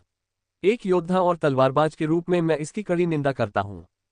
एलेक्स उसकी गंभीर अभिव्यक्ति देखकर थोड़ा आश्चर्यचकित हुआ। उसे ऐसा महसूस हुआ जैसे शॉन ने अभी अभी उल्टा उनो कार्ड खींच लिया हो, जिससे वह बहुत हैरान हो गया। मुझे संक्षेप में बताने दीजिए। पहले ताज के लिए लड़ाई सिर्फ एक युद्ध थी। पहले यह मेरे लिए एक अर्थहीन युद्ध था, लेकिन अब यह बहुत भारी है। पहले मुझमें कोई कमजोरी नहीं थी, लेकिन अब शादी करने और बेटी होने के बाद मुझे एहसास हुआ कि मैं कितना भारी बोझ ढो रही हूं। अगर मैं हार गया तो मेरे परिवार का जीवन खतरे में पड़ सकता है और मैं नहीं चाहता कि मेरी गलती के कारण मेरा बच्चा मर जाए। हेक्स पहले से ही मेरे लिए और अब आपके लिए सिरदर्द है। मैंने क्या किया? एलेक्स ने मासूमियत से पूछा। एलेक्स के दिखावे को देखकर शॉन ने हंसते हुए कहा, आप पहले से ही एक गर्म विषय हैं एलेक्स। आप चुपचाप रहने में अच्छे हैं, फिर भी उच्च स्तर पर सभी लोग आपकी ताकत के बारे में जानते थे। Ads bye pub future. और भले ही तुम बेकार हो, लेकिन तुम अपने साथ मजबूत तलवारें लेकर चल रहे हो। पूर्व संत एथेना, सबसे युवा पौराणिक रैंक्रिया, सबसे धनी व्यापारी समूह यवोन। लेडी क्रिस्टीना और लेडी कैथरीन को भले ही भुला दिया गया हो क्योंकि वे राजधानी से दूर हैं, लेकिन कोई भी उनकी क्षमता से इनकार नहीं कर सकता। आपको शायद पता न हो, लेकिन जब लेडी कैथरीन किले में पड़ती थी तो उनकी तीखी राजनीति ने कई कुलीन घरों को खतरे में डाल दिया था। और उनकी बागडोर थामकर आप चाहें तो अराजकता फैला सकते हैं। आप अकेले तो हैं, लेकिन उनके साथ मिलकर आप तबाही मचा सकते हैं। मुझे नहीं पता था कि मैं इतना लोकप्रिय हूं। एलेक्स ने कड़वी मुस्कान दी। जल्द ही सभी लोग चले जाएंगे। या तो वे तुम्हें चाहेंगे या तुम्हें नष्ट कर देंगे। कोई भी इतना भोला नहीं है कि यह मान ले कि इतनी शक्ति रखने वाला व्यक्ति चुपचाप बैठा रहेगा। एलेक्स ने सीधे उसकी आंखों में देखा और कहा, और आप क्या मानते हैं? मैं तुम्हें इतना नहीं जानता कि कुछ भी भविष्यवाणी कर सकूं, लेकिन जो भी हो, मैं तुम्हारा दुश्मन नहीं बनना चाहता, सीन ने उसकी आंखों में सीधे देखते हुए कहा। जब एलेक्स का जन्म भी नहीं हुआ था तब से शॉन सीमाओं पर घूम रहा था। उन्होंने युद्ध के मैदान में बहुत सी चीजें देखी हैं और जो कोई भी अपना अधिकांश समय वहां बिताता है, उसमें निश्चित रूप से किसी न किसी प्रकार का अंतर्ज्ञान विकसित हो जाएगा। एलेक्स पर एक ही नजर डालकर शॉन कह सकता था कि आप उसे सामान्य बुद्धि से नहीं आंक सकते। उसके नुकीले दांत दिखने से कहीं अधिक तीखे और लंबे हैं। 21 वर्ष की आयु में उच्च रैंक प्राप्त करना बड़ी बात थी, लेकिन लोग ये भूल रहे हैं कि इस बेतुके राक्षस ने 2 या 3 वर्ष पहले ही अपनी यात्रा शुरू की थी और इस स्तर तक पहुंचा है। अपनी यात्रा में शॉन को सभी प्रकार के राक्षसों और राक्षसों की सीमा से आगे जाने से पहले मनुष्य से मुलाकात हुई। ये कहा जा सकता है कि जहां राक्षस की सीमा समाप्त होती है, एलेक्स की सीमा वहीं से शुरू होती है। उसका अस्तित्व बेतुका है और अगर उसे बढ़ने दिया गया तो केवल भगवान ही जानता है कि क्या होगा। पब फ्यूचर द्वारा विज्ञापन। मैं युद्ध के मैदान में तब से घूम रहा हूं जब तुम पैदा भी नहीं हुए थे, और जो कोई भी उस स्थान पर काफी समय बिताता है, उसकी अंतर्ज्ञान तीव्र हो जाती है और मेरी अंतर्ज्ञान मुझे चेतावनी दे रही है कि मैं तुमसे न उलझूं। तुम्हें देखने मात्र से ही मुझे उत्पीड़न का अनुभव होता है। मैं जानता हूं कि जो कुछ हुआ उसके लिए आपके मन में द्वेष है, लेकिन मैं आपका दुश्मन नहीं बनना चाहता, न ही मैं आपको नुकसान पहुंचाना चाहता हूं। आपका अस्तित्व किनले के लिए अच्छी बात है जिसने हाल ही में बहुत अधिक प्रतिभा पैदा नहीं की है। ये खोखला होता जा रहा है और हम कमजोर होते जा रहे हैं तथा अपनी स्थिति खो रहे हैं। जो लोग तुम्हें खत्म करना चाहते थे वे सभी संकीर्ण सोच वाले मूर्ख हैं जो भविष्य की ओर नहीं देख सकते। आपका अस्तित्व हमारे लिए एक महान वरदान है और भविष्य में यह विश्व के लिए भी वरदान साबित हो सकता है। हमारे इस तरह पतन का कारण यह है कि जब भी कोई प्रतिभाशाली व्यक्ति सामने आता है तो हर कोई या तो उसे अपने कब्जे में लेने की कोशिश करता है, जबकि दूसरे लोग उसे रोकने की कोशिश करते हैं। इसलिए कई प्रतिभाशाली लोगों के पंख उनके जन्म से पहले ही काट दिए जाते हैं। सीन ने दुख व्यक्त किया। अगर संभव हुआ तो मैं लिया का समर्थन करना चाहता था, लेकिन वह बहुत आदर्शवादी हो गई है और इस वजह से लोग उसका समर्थन करने में हिचकिचा रहे हैं। अगर वह अपना व्यवहार थोड़ा बदल ले तो मैं उसे अपना समर्थन दे सकता हूं। यदि आप ताज के लिए दौड़ते हैं तो मैं आपका समर्थन करने के लिए भी तैयार हूं। मैं आप में एक सम्राट का व्यवहार देख सकता हूं। फिलहाल मेरी दौड़ने की कोई इच्छा नहीं है और न ही भविष्य में। मैं जल्दी से जल्दी मजबूत बनना चाहता हूं। एलेक्स को पता था कि खतरा मंडरा रहा है और अगर वह अपने कौशल को निखारने के बजाय राजनीति में उतर गया तो शायद शासन करने के लिए कोई साम्राज्य ही नहीं बचेगा। जब वह पूर्ण हो जाएगा तब वह भविष्य के बारे में सोचेगा। एलेक्स अपनी सीट से उठे और बोले, मुझे पता है हम अजनबी हैं, लेकिन फिर भी मैं कुछ कहना चाहता था। अगर हम अब परिवार होते तो मैं गर्व से कह सकता कि तुम मेरे बड़े भाई हो जिन पर मैं नजर रख सकता हूं। एलेक्स पीछे मुड़ा और वापस चलने लगा। एक क्षण के लिए चौंके शॉन ने अपना संयम पुनः प्राप्त किया और बोला, एलेक्स, हैक्स से सावधान रहो। वह कमीना एक बहुत ही जहरीला सांप है जो मुनाफे के लिए अपने परिवार को भी बेच सकता है। यदि आप कभी किसी का समर्थन करने का निर्णय लेते हैं तो चाहे कुछ भी हो, कृपया उसका समर्थन न करें। यह मेरी ओर से एक अनुरोध है। मुझे कभी भी सिंहासन की कोई इच्छा नहीं थी, लेकिन उसके स्वभाव को जानने के बाद मुझे यकीन है कि अगर वह सिंहासन पर चढ़ गया तो सबसे पहले वह अपने हर भाई बहन को मार डालेगा। एलेक्स के कदम रुक गए और उसके अंदर से हत्या की तीव्र मंशा उभरी। उसने अपना सिर झुकाया और शॉन ने उसकी आंखों को खतरनाक ढंग से चमकते हुए देखा। वह मर जाएगा। मेरी पत्नी का उसके साथ खून का झगड़ा था। उसे अपने पापों का दंड भुगतना पड़ेगा। अगर वह ऊपर चढ़ भी गया और सम्राट भी बन गया तो भी उसे कोई नहीं बचा सकता। जो भी हमारे बीच आएगा मैं उसे कुचल दूंगा। जिस दिन उसने क्रिस्टीना को नष्ट किया उसी दिन उसकी मौत की उल्टी गिनती शुरू हो गई थी। Ads bye pub future. संपर्क टॉस साइट मैप दान करें मेनू दिखाओ। उपन्यास ऑनलाइन पूरा पढ़े। उपन्यास बिन। उपन्यास मूर्ख भगवान का विवाह 5 सुंदर देवियों से हुआ 347 अध्याय 347। गुणा प्रिय पाठकों, अधिक अध्यायों के अनुवाद में हमारी टीम की सहायता के लिए यहां दान करें। URL। मूर्ख भगवान का विवाह 5 सुंदर देवियों से हुआ 347 सी 347। Ads bye pub future. बैठक के बाद एलेक्स ने खुद को कमरे में बंद कर लिया और पत्र निकाल लिया। यह सम्राट से मिलने का निमंत्रण था। हाँ, यह एक निजी मुलाकात थी। जबकि कई लोग इस अवसर को पाने के लिए खुशी के आंसू बहाते हैं, एलेक्स को फिर से इस बारे में एक अजीब सी भावना थी। उसे नहीं मालूम था कि जब भी उसे उससे मिलने के लिए कहा जाता था या उसका नाम सुना जाता था तो वह बेचैन होने लगता था। एलेक्स किसी व्यक्ति से कुछ बार मिलने पर उसके चरित्र और व्यवहार को अच्छी तरह से समझ सकता था, लेकिन एलेक्स यह नहीं समझ पाया कि उसके पिता किस प्रकार के व्यक्ति थे। ऐसा नहीं था कि मनुष्य एक अथाह अस्तित्व था, बल्कि वह काफी अप्रत्याशित प्रतीत होता था। शायद यह मेरा भ्रम है, और चूंकि वह मेरे पिता हैं, जो अब तक मेरे लिए अजनबी थे, मुझे उनसे मिलने की आदत नहीं है, या शायद यह विश्वासघात की भावना थी कि उन्होंने मुझे बाहर निकाल दिया जो मेरे दिल में अंकित हो गई थी। एलेक्स ने मन ही मन बुदबुदाया। पिछले वर्ष एलेक्स ने कई काम किए थे। उन्होंने अपने सूचना संघ की स्थापना की और उसका विस्तार किया, अपने हथियारे दस्ते की एक टीम को सुरक्षित किया, संबंध बनाए और पूरक सामग्री प्राप्त की। प्रशिक्षण के मोर्चे पर उन्होंने शारीरिक रूप से ज्यादा प्रगति नहीं की थी, लेकिन उन्होंने अपनी मानसिकता को समायोजित कर लिया था और कई चीजों पर शोध में जुट गए थे। इसके अलावा वह मन कोर के पहलुओं पर शोध कर रहे थे और उन्होंने इसमें सफलता भी हासिल की थी। अपने हृदय के पास वह मनकणों को संघनित करने में सक्षम हो गया, जिससे कोर के माध्यम से मन का भंडारण हो गया और उसने अपने मन हृदय को और अधिक मजबूत कर लिया।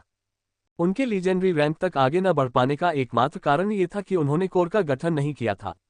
वह अपने मूल को एक विशेषता देने का कोई रास्ता खोजने की आशा कर रहा था, लेकिन फिलहाल उसके लिए यह असंभव था, जब तक कि वह ड्रैगन के दिल या कुछ स्वर को चुनौती देने वाली जड़ी बूटियों जैसा कोई खजाना नहीं ढूंढ लेता।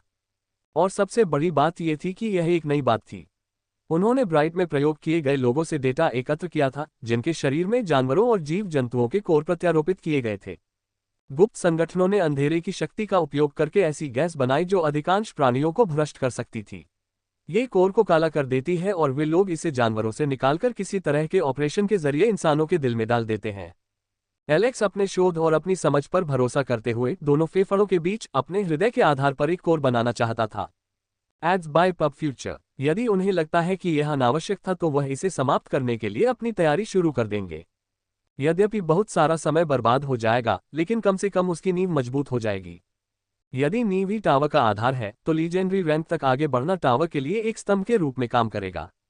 एक बार जब कोई इस रैंक में कदम रखता है तो एक बड़ा अंतर देखा जा सकता है, और जितना मजबूत आधार होगा उतना ही अधिक बढ़ावा मिलेगा। इतना ही नहीं, एलेक्स अपनी नींव को पूरी तरह मजबूत करना चाहता था। कठोर शारीरिक व्यायाम करने के बजाय उन्होंने अपनी आंतरिक ऊर्जा और मन प्रवाह, नियंत्रण और दक्षता को बढ़ाने का विकल्प चुना। अपने वर्तमान नियंत्रण के साथ अपनी उंगली के एक उठाव से एलेक्स अपने आसपास के वातावरण के मैना को नियंत्रित कर सकता है, और यहां तक कि दूसरे को मैना इकट्ठा करने से वंचित भी कर सकता है, लेकिन प्रतिद्वंद्वी को उससे 2 रैंक नीचे होना चाहिए और उसकी समझ एलेक्स से कम होनी चाहिए। जादूगरों को प्रतिरोध करने का कोई रास्ता मिल सकता है, लेकिन जब तक योद्धा स्वयं की रक्षा के लिए आभा का उपयोग नहीं करेंगे, तब तक वे कुशलतापूर्वक मन को ग्रहण करने में असमर्थ होंगे। शत्रुओं द्वारा सीमाओं पर खतरा उत्पन्न होने के कारण उन्हें अप्रत्याशित परिस्थितियों के लिए तैयार रहना पड़ा। यदि उन्हें उत्तरी मोर्चे जैसे कीचड़ भरे पानी के पास तैनात किया जाता, जहां राक्षसों के साथ आक्रमण जारी रहता था। चुप, मुझे तो ऐसा लग रहा है जैसे मैं युद्ध में जा रहा हूं, एलेक्स ने बैठक के बारे में सोचते हुए बुदबुदाया। एक शारीरिक युद्ध। ऐसा नहीं है कि वह उस आदमी से डरता है, बल्कि उसे तो ये डर है कि कहीं उसका तथाकथित पिता उसके साथ शब्दों और राजनीति से खेलना शुरू न कर दे तो वह खुद नियंत्रण से बाहर हो जाएगा और बकवास करने लगेगा। बैठक के समय तक एलेक्स ने स्वयं को बंद कर लिया और मध्यस्थता करते हुए अपनी चरम अवस्था को बनाए रखा।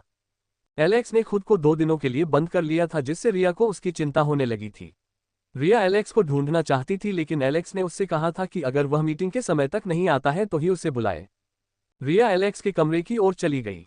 मुझे उम्मीद है कि एलेक्स मीटिंग के बारे में नहीं भूला होगा और अपनी दुनिया में मग्न होगा, रिया ने खुद से कहा और एलेक्स के कमरे की ओर चली गई। एलेक्स ने पहले ही रिया से उसे जगाने और लड़ाई की याद दिलाने के लिए कहा था। उसका मतलब था मीटिंग का समय। रिया दरवाजे के सामने खड़ी थी और उसे खटखटाने ही वाली थी कि उसे अंदर से एक भारी आभा आती हुई महसूस हुई। Ads bye pub future. क्या उसे कुछ हुआ है? रिया के चेहरे पर उदासी छा गई और वह तुरंत दरवाजा खोलकर बिना एक पल भी रुके अंदर चली गई। उसने अभी एक कदम ही रखा था कि एक शक्तिशाली आभा ने उस पर हमला कर दिया। रिया ने देखा कि एलेक्स क्रॉस लेग्ड बैठा हुआ था और लाल आभा के एक कोकून ने उसे पूरी तरह से ढक लिया था।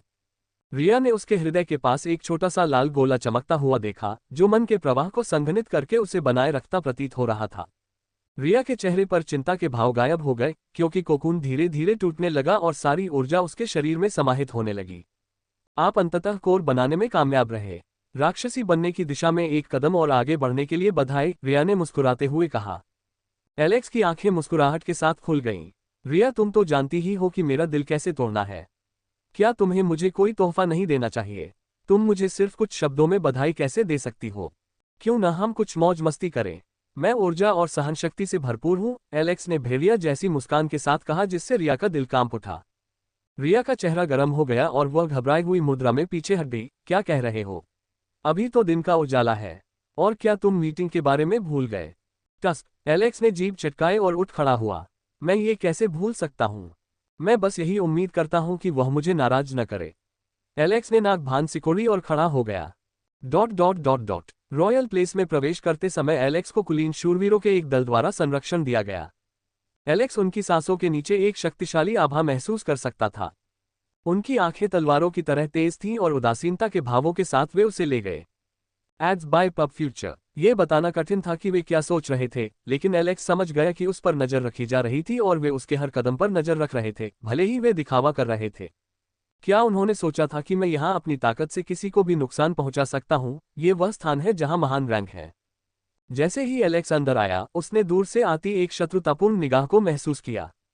उसने तुरंत अपना सिर घुमाया और उसकी खतरनाक इंद्रियां तुरंत सक्रिय हो गईं, क्योंकि उसने शुद्ध ऊर्जा की एक चमकदार सघन तलवार को अपनी ओर आते देखा। आत्मिक हमला। एलेक्स ने तुरंत अपना बचाव बढ़ाया और उसकी आंखें उस पर चलाई गई तलवार पर टिक गईं। तलवार एक अदृश्य दीवार से टकरा गई और आगे नहीं बढ़ सकी। एलेक्स ने अपनी आंखें बंद की और खोली। एक हल्की सी आघात तरंग उठी और आत्मिक शक्ति से संघनित तलवार टुकड़ों में फट गई। एलेक्स हमला करना चाहता था, लेकिन वह आदमी गायब हो गया था और वह उसे नक्शे से लॉक करने में सक्षम नहीं था। भाग्यशाली आदमी, एलेक्स बुदबुदाया। एलेक्स को नहीं पता था कि यह एक परीक्षण था या वास्तविक जानलेवा हमला, लेकिन अगर एलेक्स ने हमला किया होता तो वह व्यक्ति अब कब्र में पड़ा होता।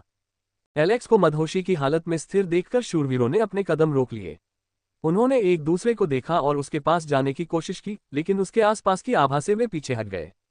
एलेक्स ने अपना सिर हिलाया और नाइट्स को घूरते हुए कहा, क्या तुम्हें कुछ महसूस नहीं हुआ? हम पर हमला हुआ था। कृपया मजाक मत करो सर एलेक्स। हमें आगे बढ़ना चाहिए। हम सम्राट को अब और इंतजार नहीं करा सकते। एलेक्स ने इस मामले पर ध्यान देने और बूढ़े आदमी से पूछने का फैसला किया। उसके आसपास के लोग आत्मा के हमले को महसूस करने में सक्षम नहीं थे, जिसका मतलब है कि अगर उसकी आत्मा पर्याप्त रूप से मजबूत नहीं होती तो आज वह या तो मर जाता या फिर से मूर्ख बन जाता। जैसे ही एलेक्स और शूरवीरों के साथ छोड़ दिया, महल से बहुत दूर एक आदमी शांत भाव से खड़ा था। उसका चेहरा भले ही शांत दिख रहा था, लेकिन वह शांत नहीं था। वह क्या था? मुझे ऐसा लग रहा था कि अगर मैंने अपना हमला वापस नहीं लिया तो मैं मर जाऊंगा। टस्क, उस कमीने को जरूर इसके बारे में पता होगा और उसने मुझे हमला करने के लिए यहाँ भेजा होगा। उन्होंने मुझे उनका परीक्षण करने के लिए भेजा था, लेकिन ऐसा लगता है कि मैं ही उनका परीक्षण कर रहा था। चलो, मैं ये सुनिश्चित करूंगा कि वह मुझे पूरा मुआवजा दे। एक खर्राटे के साथ बूढ़े आदमी ने अपनी आस्तीन उतारी और गायब हो गया। Ads bye pub future. संपर्क टॉस साइट मैप दान करें मेनू दिखाओ। उपन्यास ऑनलाइन पूरा पढ़े। उपन्यास बिन। उपन्यास मूर्ख भगवान का विवाह 5 सुंदर देवियों से हुआ 348 अध्याय 348। गुणा प्रिय पाठकों, अधिक अध्यायों के अनुवाद में हमारी टीम की सहायता के लिए यहाँ दान करें। URL: मूर्ख भगवान का विवाह 5 सुंदर देवियों से हुआ 348 से 348। पब फ्यूचर द्वारा विज्ञापन। एलेक्स ने सोचा था कि यह मुलाकात गर्मजोशी से भरे बगीचे में होगी, लेकिन उसकी उम्मीदों के विपरीत उसे एक पुराने जीर्ण शीर्ण स्थान पर ले जाया गया जिसने अपनी भव्यता और गौरव खो दिया था। ये स्थान एक महल जितना बड़ा था और इसमें एक विशाल बगीचा भी था जिसमें शायद फूल खिले हुए थे। एलेक्स को लग रहा था कि एक दशक पहले ये जगह भव्य और वैभव से भरी हुई थी, लेकिन अब यह एक जीर्ण शीर्ण इमारत के अलावा कुछ नहीं थी, जो राजघरानों के निर्वासन के लिए इस्तेमाल किए जाने वाले कोर्ट पैलेस का आभास देती थी। बगीचे की देखभाल नहीं की गई थी और चारों ओर खरपतवार थे और शायद ही कभी यहाँ कोई फूल खिलता था। फिर भी एलेक्स एक अलौकिक भावना महसूस कर सकता था जो उसका ध्यान इस जगह की ओर खींच रही थी और उसे इस जगह के अतीत और यहाँ रहने वाले व्यक्ति के बारे में उत्सुक बना रही थी। हम यहाँ हैं। एलेक्स ने जब ये कॉल सुनी तो वह अचानक अपने विचारों से बाहर आ गया। वह एक पल के लिए चौंक गया क्योंकि ऐसा लग रहा था कि वह उस जगह को देखकर अपना होश खो बैठा है। मेरे साथ कुछ गड़बड़ है। ये जगह इतनी पुरानी क्यों लगती है? रुको, मुझे मत बताओ। ये वही जगह है जहां मैं बाहर निकाले जाने से पहले रहता था, लेकिन ये जगह पत्नियों के लिए है, राजकुमारों के लिए नहीं। एलेक्स ने और अधिक विचार नहीं किया और विशाल दरवाजे के अंदर प्रवेश कर गया। अंदर का माहौल काफी उदास और अंधेरा था और जैसे ही वह अंदर दाखिल हुआ, दरवाजा बंद हो गया। Swish swish. तेज और ठंडी हवाओं ने एलेक्स को चारों ओर से झटका देकर पीछे की ओर धकेल दिया। एलेक्स ने प्रतिरोध करने के लिए अपनी बाहें ऊपर उठाईं, लेकिन जमीन पर हल्के निशान दिखाई दिए। ऐसा लग रहा था जैसे कोई जबरदस्त ताकत उस पर प्रहार कर रही हो और उसे बाहर धकेलने की कोशिश कर रही हो। पब फ्यूचर द्वारा विज्ञापन। एलेक्स ने देखा कि दो जोड़ी आंखें उसे शिकारी की तरह घूर रही हैं, मानो उसे चेतावनी दे रही हो और कह रही हो कि वह अपनी स्थिति के प्रति सचेत रहे। एलेक्स को अंदर से घुटन महसूस हो रही थी और उसे लगा जैसे उसकी भूमिका उलट गई हो और वह सीधे उन दो जोड़ी आंखों में देखने लगा और उसकी आंखें खाली हो गईं, जैसे कि उसकी आत्मा उसके शरीर को छोड़कर चली गई हो। यह दबाव एलेक्स के लिए सहन करने लायक नहीं था और एलेक्स अपनी आभा से इसका मुकाबला नहीं कर सका। एलेक्स को ऐसा महसूस हुआ मानो उसे अंधकार की खाई में खींच लिया गया हो और उसके सामने एक बड़ी दीवार थी जिसे पार नहीं किया जा सकता था। एलेक्स ने मजबूत दीवार को घूरकर उपहास किया। अगर मैं कूदकर दीवार पार नहीं कर सकता तो मैं उसे तोड़ दूंगा। एलेक्स की आकृति जो दीवार के सामने खाली जगह में मदरा रही थी, अचानक टिमटिमाने लगी। उसके शरीर से एक तेज लहर निकली और एक बड़ी तलवार प्रकट हुई। उसने तलवार दीवार की ओर मारी। धमाका। हाँ, एलेक्स ने जोर से सांस ली और खांसा। क्या इस आदमी ने मुझे आत्मा युद्ध में घसीटा है? मुझे उम्मीद है कि मेरी ताकत को नियंत्रित करने के कारण वह घायल नहीं होगा। फिर भी ये कैसे संभव है? मैं इस पद पर आत्मा युद्ध में प्रवेश नहीं कर सकता। बूढ़े आदमी, क्या तुम बूढ़े हो गए हो? एलेक्स गुस्से से चिल्लाया। कुछ क्षण मौन छाया रहा। बुढ़ापा। शायद मैं बुढ़ापे के कारण थोड़ा बूढ़ा हो गया हूं। लेकिन मैं तुम्हें एक बात बता दूं, यदि तुम इतना भी विरोध नहीं कर सकते तो तुम यहां प्रवेश करने के योग्य नहीं होते और मैं तुम्हें बाहर फेंक देता। और यह कोई आत्मा की लड़ाई नहीं थी, बल्कि मेरे द्वारा पहने गए हार का काम था जो एक आत्मा की शक्ति की जांच करता है। पब फ्यूचर द्वारा विज्ञापन। हालांकि इसे आपने अफसोस के साथ तोड़ दिया है। वह आंसू के साथ बोला। नमस्कार सम्राट महोदय, आपकी जानकारी के लिए मैं आपको कुछ बताना चाहता हूं। आपने ही मुझे यहां बुलाया है। और दूसरा, ये तो मिथिक रैंक को भी मारने के लिए काफी है। सौभाग्य से मैं बच गया। केविन ने आह भरी और सीट से उठ खड़ा हुआ। इसीलिए आपके अलावा किसी ने इस जगह पर कदम नहीं रखा है। वैसे अकादमी भी तुम्हारा वह सड़ा हुआ मुंह ठीक नहीं कर सकी। यह इस बात पर निर्भर करता है कि मैं किस प्रकार के व्यक्ति से मिल रहा हूं। सम्मान पाने के लिए आपको कुछ सम्मान अर्जित करना पड़ता है। मेरे गधे का सम्मान करो। क्या तुम चाहते हो कि कोई सम्राट तुमसे सम्मान पाने के लिए भीख मांगे? क्या तुम मरना चाहते हो? क्या तुम मुझे मार भी सकते हो? तुम मुझे क्यों नहीं आजमाते? एलेक्स ने उसे घूर कर देखा। केविन ने अपनी भौहें उठाईं। वह कल्पना कर सकते थे कि कोई उनसे कह रहा है कि एक दिन आपका बेटा आपकी ही भाषा बोलेगा।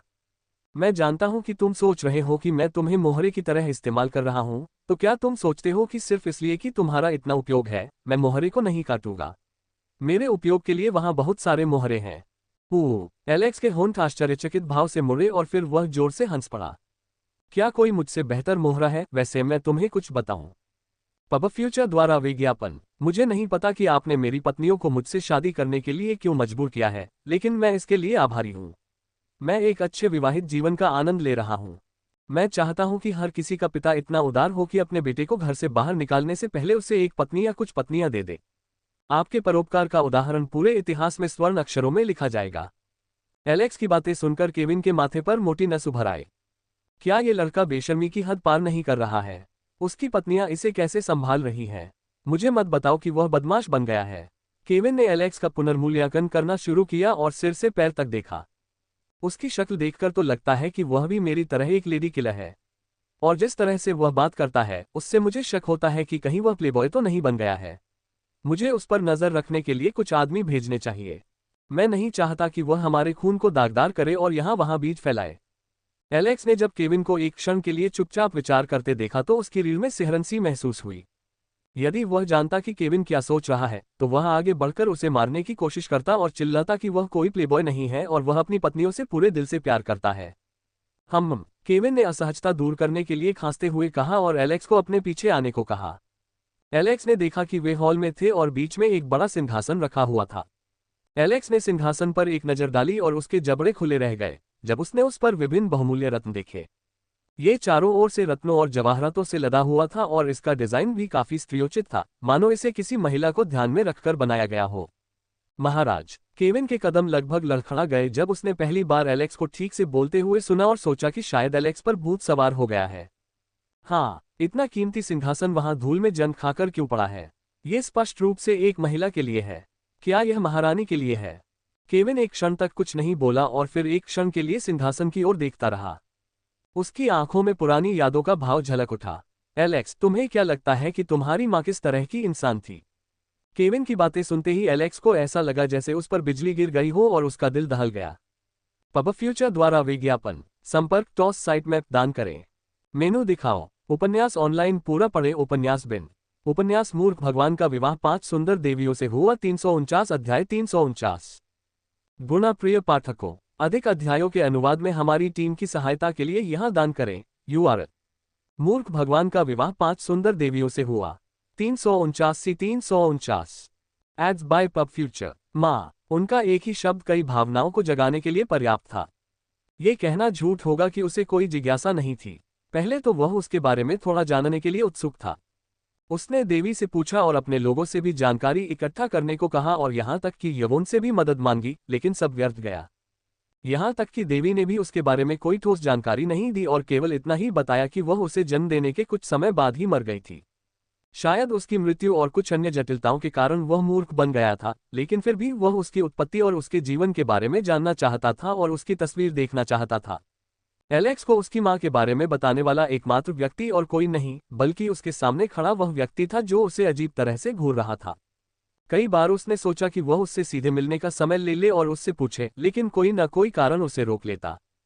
क्या होगा यदि यह व्यक्ति उससे नफरत करता है और सोचता है कि वह उसे जन्म देने वाली अपनी पत्नी का हत्यारा है? क्या होगा यदि वह एक नाजायज संतान है और सम्राट को उस पर दया आ गई है और उन्होंने इसका खुलासा नहीं किया है, या यदि वह उनकी संतान भी नहीं है तो भी यह उनके लिए सहनीय हो सकता है? लेकिन क्या होगा यदि यह व्यक्ति अपनी मां से नफरत करता हो और उसे मरने के लिए अकेला छोड़ दे, उसे प्रताड़ित करे और उसकी मां कुपोषण के कारण मर जाए और सुरक्षित प्रसव न करा पाए? यदि वह अपने आदमी के मुंह से सीधे ही यह आशंका सुन लेता तो शायद वह खुद को रोक नहीं पाता और उस पर झपट पड़ता तथा उसे टुकड़े टुकड़े कर देता।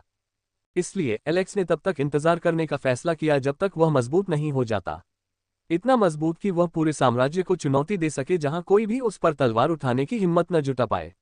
तभी वह अपनी मां के अतीत के बारे में बता सकता है और नफरत को शांत कर सकता है। मेरी मां कैसी थी?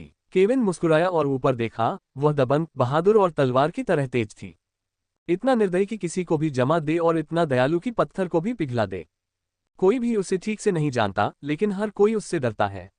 केविन के चेहरे के भाव विकृत हो गए जब उसने आखिरी शब्द कहे, जिससे एलेक्स को लगा कि उसकी मां ने इस आदमी को बहुत नुकसान पहुंचाया है। क्या आप और अधिक जानना चाहते हैं? केविन ने अपनी भौहें उठाकर उसे कुछ जानने के लिए उकसाया। एलेक्स ने अपना सिर हिलाया और होश में आया। क्या आप मुझे मेरी मां के अतीत के बारे में बताने के बदले में कुछ करने के लिए मजबूर करना चाहते हैं? आप इस तरह के मामलों में काफी तेज हैं। वह एक शैतानी भेड़िए की तरह मुस्कुराया। Ads bye pub future. Alex की आंखें लाल हो गईं और उसने खुद को शांत करने के लिए अपनी मुट्ठी भींच ली। लेकिन मैं तुम्हें तुम्हारी इच्छा के विरुद्ध कुछ भी करने के लिए मजबूर नहीं कर रहा हूं। मैं केवल इतना कह रहा हूं कि तुम अभी भी उसके बारे में जानने के योग्य नहीं हो। आपको खुद को भरोसेमंद साबित करना होगा और उसके बारे में जानने की शक्ति होनी चाहिए, क्योंकि एक बार आप उसके बारे में जान गए तो आप पीछे नहीं हट सकते। ये यात्रा का अंत होगा और अब उसके बारे में जानना आपको अधिक नुकसान पहुंचा सकता है। एलेक्स ने अपना दृढ़ रुख बनाए रखने की कोशिश की, लेकिन उसका भाव थोड़ा डगमगा गया। वह ऐसा क्यों बोल रहा है जैसे मेरी मां एक महान अमर थी और कुटिल और संकीर्ण सोच वाले लोगों के एक बहुत मजबूत कबीले से आती थी। एलेक्स ने गहरी सांस ली और पूछा, तो तुम मुझे सब कुछ कब बताने को तैयार हो? स्वाभाविक रूप से, जब आप स्वयं को साबित कर देंगे। कैसे? केवल समय ही बताएगा कि आप बोझ उठाने लायक परिपक्व हो गए हैं या नहीं। आप किस तरह के बोझ की बात कर रहे हैं? उसका नाम जानने का बोझ। यहां तक कि मैं भी उसका नाम जानने का बोझ नहीं उठा सका। क्या उसने तुम्हें धोखा दिया या किसी नकली पहचान के साथ कुछ किया? एलेक्स ने अपनी ठोड़ी रगड़ते हुए कहा। हो सकता है कि यह आदमी अपनी मां से नफरत करता हो क्योंकि उसने एक रहस्य छिपाया और उसका दिल तोड़ा, जिसकी वजह से रिश्ता खत्म हो गया। हाँ मां, आपने ऐसा क्यों किया? केविन एक पल के लिए हैरान रह गया और घबराए हुए अंदाज में बोला, आप ऐसा कह सकते हैं। मैं समझ गया, मैं आपकी बात समझ गया, बूढ़े आदमी। यद्यपि एलेक्स को लगा कि यह आदमी अनुचित बातें कर रहा है तथा उसे कहीं ले जाकर कुछ करने के लिए मजबूर करने की कोशिश कर रहा है, लेकिन फिलहाल उसके पास उसका खंडन करने का कोई रास्ता नहीं था। विश्वासघात से उसे दुख पहुंचा होगा। केविन ने एलेक्स की दया भरी निगाहों और उसके माथे पर उभरी मोटी नस को देखा। मुझे परेशान करना बंद करो, तुम बहुत ज्यादा सोच रहे हो। यह इतना भी बुरा नहीं था। पब फ्यूचर द्वारा विज्ञापन। मैं समझता हूं, हो सकता है कि आपका अभिमान इसे स्वीकार करने में असमर्थ हो। केविन को उस लड़के को थप्पड़ मारने की इच्छा हुई और उसने उसे रोक लिया। चुपचाप मेरे पीछे आओ। केविन नक्शे की ओर चला गया जहां दुनिया का एक बड़ा नक्शा रखा था और उसे ध्यान से देखने लगा। एलेक्स ने मानचित्र पर ध्यान दिया और उसके चारों ओर कई लाल बिंदु देखे। किनले मध्य में स्थित है, जिसके बगल में 2 मानव साम्राज्य हैं तथा सबसे ऊपर एल्वेस महाद्वीप तथा उसके बाद उत्तरी भूमि में दानव महाद्वीप स्थित है। बौने दक्षिणी चट्टानी पहाड़ों में रहते थे और ज्यादातर भूमिगत रहते थे। पहाड़ों में आग की एक समृद्ध धारा थी। लाल बिंदु खतरे वाले क्षेत्र हैं। राक्षसों की मदद से डार्क एल्वेस हमारी उत्तरी सीमा से जुड़े भूमि के एक हिस्से को सुरक्षित करने में सक्षम थे और एक छोटी सी झड़प शुरू कर दी। अरखाम साम्राज्य राक्षसों के साथ निरंतर युद्ध में है। केवल हिरोड साम्राज्य ही युद्ध से सुरक्षित है, लेकिन वे पूर्व से धीरे धीरे हम पर अपने नुकीले दांत दिखा रहे हैं। हालांकि हमने लड़ाई नहीं की है, वे सेना इकट्ठा कर रहे हैं। हमने पहले ही उनके खिलाफ कई छोटे मोटे युद्ध लड़े हैं। आजकल हर कोई पाए चाहता है। एलेक्स ने केविन की बात खत्म होने तक इंतजार किया और पूछा, क्या आप चाहते हैं कि मैं काम खत्म करने के लिए उत्तरी भाग में जाऊं या बचाव के लिए दक्षिणी भाग में? टस्क, केविन जीभ चटकाते हुए बोला, दोनों में से कोई नहीं। उन्होंने अपने हाथ की ओर इशारा करते हुए कहा, मैं चाहता हूं कि आप अरखाम के निकट पश्चिमी सीमा की ओर जाएं। एलेक्स की निगाहें नक्शे और उस आदमी के बीच घूम रही थीं और वह सोच रहा था कि कहीं उसने कुछ गलत तो नहीं सुन लिया। उस क्षेत्र में कोई खतरा क्षेत्र, कोई संकेत या झड़प नहीं थी, इसलिए वह अपने उद्देश्य का पता नहीं लगा सका। मुझे यकीन है कि आप मुझे वहां किसी छुट्टी मनाने के स्थान पर नहीं भेज रहे हैं, इसलिए मेरा मानना है कि अरखाम युद्ध कर रहा होगा या फिर दानव चुपके से वहां घुस आए होंगे। कौन जानता है? मैं आपसे परिस्थिति के अनुसार तैयारी करने के लिए कह रहा हूं। Ads bye pub future. आप अपने लोगों को अपने साथ ले जा सकते हैं और अब से आप ही उस क्षेत्र के प्रभारी होंगे। आप जनरल नहीं हैं, लेकिन आपका अधिकार उनके समान होगा। एलेक्स ने सिर हिलाया और स्थिति को समझने के लिए कुछ और सवाल पूछे। उत्तरी और पूर्वी दोनों मोर्चे अच्छी स्थिति में हैं, इसलिए जब तक कुछ अजीब न हो जाए, उनके गिरने की कोई संभावना नहीं है। जैसे ही जाने का समय नजदीक आया, एलेक्स ने गहरी निगाह से देखा और पूछा, मुझे पता है कि आप मेरी माँ के बारे में कुछ नहीं कहना चाहते, लेकिन क्या आप कम से कम मुझे ये बता सकते हैं कि मैं एक नाजायज संतान हूँ या नहीं? क्या मेरी माँ नौकरानी थी या कोई ऐसी थी जिस पर तुम्हें दया आ गई थी या कुछ और हुआ था? एलेक्स अपना वाक्य पूरा भी नहीं कर पाया क्योंकि वहां का तापमान अचानक बढ़ गया और केविन के शरीर से हत्या की भावना प्रकट होने लगी। एलेक्स ने एक गहरी भारी आवाज सुनी जिससे उसे ठंड लग गई। कौन? आपने इसे कहाँ सुना? मुझे याद है कि पिछली बार जब किसी ने ये कहा था तो उसका सिर काट दिया गया था और जिन लोगों ने ये शब्द कहने का साहस किया था उनकी जीभ काट दी गई थी। तो आपने ये किससे सुना? एलेक्स ने अपने पिता को अचानक गियर बदलते हुए देखकर अपनी लार निगल ली और बोला, नहीं, किसी ने इसके बारे में बात की थी। मुझे खोज पर अफवाहों का पता चला। केविन एलेक्स के पास गया और उसके कंधे पर थपथपाया। एलेक्स को ऐसा महसूस हुआ जैसे उनकी रीढ़ में कर्क दौड़ रहा हो। सुनो, तुम्हारी माँ न तो नौकरानी है और न ही मेरी प्रेमिका। हमने सही तरीके से शादी की है और अगर कोई तुम्हें नाजायज संतान या तुम्हारी माँ को नीच कहता है तो उससे निपटना मेरी समस्या है। इस पर मैं नजर रखूंगा। अब आप वापस जा सकते हैं। एलेक्स ने उसे एक अजीब नजर से देखने के बाद सिर हिलाया और चीजों को देखने के बाद बाहर जाने लगा। एक क्षण के लिए उसे लगा कि सम्राट काफी अकेला और हताश दिख रहा है और वह उस पर दया करने में सक्षम हो गया। एलेक्स ने दरवाजा खोला और बाहर चला गया, लेकिन अचानक उसे अपने शरीर में गर्मी महसूस हुई। हाँ, क्या हुआ? एलेक्स को असहजता महसूस हुई और वह सांस लेने में असमर्थ हो गया तथा उसका शरीर इतना गर्म हो गया कि उसकी त्वचा लाल हो गई। सिस्टम, आखिर क्या हुआ? एलेक्स ने बड़बड़ाया, लेकिन उससे सिस्टम से कोई प्रतिक्रिया नहीं मिली। नहीं, उन्हें ऐसा लगा जैसे कोई व्यवस्था ही नहीं है। उसके अंदर परेशानी की भावना उमड़ पड़ी और उसके कदम लड़खड़ा गए और इससे पहले कि एलेक्स कुछ समझ पाता, वह जमीन पर गिर पड़ा। उसकी दृष्टि धुंधली होने लगी और उसकी इंद्रियां लुप्त हो गईं। अरे, मुझे पता था, उस बूढ़े आदमी ने जरूर कुछ किया होगा।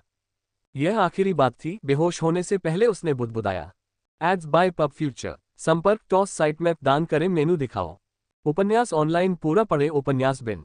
उपन्यास मूर्ख भगवान का विवाह 5 सुंदर देवियों से हुआ 350 अध्याय 350। गुणा प्रिय पाठकों, अधिक अध्यायों के अनुवाद में हमारी टीम की सहायता के लिए यहाँ दान करें। URL: मूर्ख भगवान का विवाह 5 सुंदर देवियों से हुआ 350 से 350। Ads bye pub future. Alex, जो अपनी चेतना खो चुका था, अचानक एक तेज रोशनी से अभिभूत हो गया जिसने उसके पूरे शरीर को घेर लिया। एक सूक्ष्म पीड़ा उस पर हावी होने लगी और दर्द का आक्रमण और भी अधिक बढ़ने लगा। उसे ऐसा महसूस हुआ जैसे उसका शरीर गर्म होने लगा हो, मानो उसे उबलते तेल में फेंक दिया गया हो। उसके होठों से एक दर्दनाक कराह निकली और उसने अपनी आंखें खोली तो अपने कमरे की परिचित छत को देखा। एलेक्स ने प्रकाश के प्रवाह के कारण पलकें झपकाईं और जैसे ही उसने उठने की कोशिश की, उसे 2 जोड़ी मुलायम हाथों ने रोक दिया, जिसके बाद 2 जोरदार चीखें निकली। एलेक्स, क्या आप ठीक हो? तुम्हें क्या हुआ? क्या तुम्हारी चोट फिर उभर आई? क्या उस आदमी ने तुम्हें जहर खिलाने के लिए तुम पर हमला किया था? एलेक्स का स्वागत रिया और यवोन के चिंतित चेहरे से हुआ। दोनों ही लाल आंखों के साथ रोती हुई दिख रही थी। उनके बाल बिखरे हुए थे और दोनों की आंखों के नीचे काले घेरे थे। ये स्पष्ट था कि वे दोनों बहुत तनाव और चिंता में थे। आराम करो, मैं सुरक्षित और स्वस्थ हूँ। देखो, मैं एक टुकड़े में हूँ और मुझ पर कहीं कोई घाव नहीं है। कोई आत्मा की चोट भी नहीं है। मुझे याद है कि मैं उस बूढ़े व्यक्ति से मिलने गया था और मुलाकात के बाद ऐसा लगा कि मैं बेहोश हो गया हूँ। क्या मैं कई दिनों तक बेहोश था? एलेक्स ने पूछा। रिया ने सिर हिलाया और चिंतित होकर बोली, आप 5 दिनों से बेहोश हैं। लेकिन समस्या यह नहीं है। तुम्हारा शरीर आग की तरह गर्म था और पहले 2 दिनों तक तुम बेकाबू होकर कांपती रही। यवोन ने आंसुओं के साथ कहा। हमने अमृत और जड़ी बूटियों का उपयोग करने की कोशिश की और यहाँ तक कि पुजारियों और प्रसिद्ध डॉक्टरों को भी बुलाया, लेकिन कोई फायदा नहीं हुआ और आपकी हालत खराब होती गई। मुझे लगा कि सम्राट ने तुम्हें जहर दे दिया है, इसलिए मैं सीधे दरवाजा बंद करके अंदर चला गया। उसने मुझे आश्वासन दिया कि तुम्हारे शरीर में कोई समस्या नहीं है और जागने के बाद तुम्हें बहुत लाभ होगा।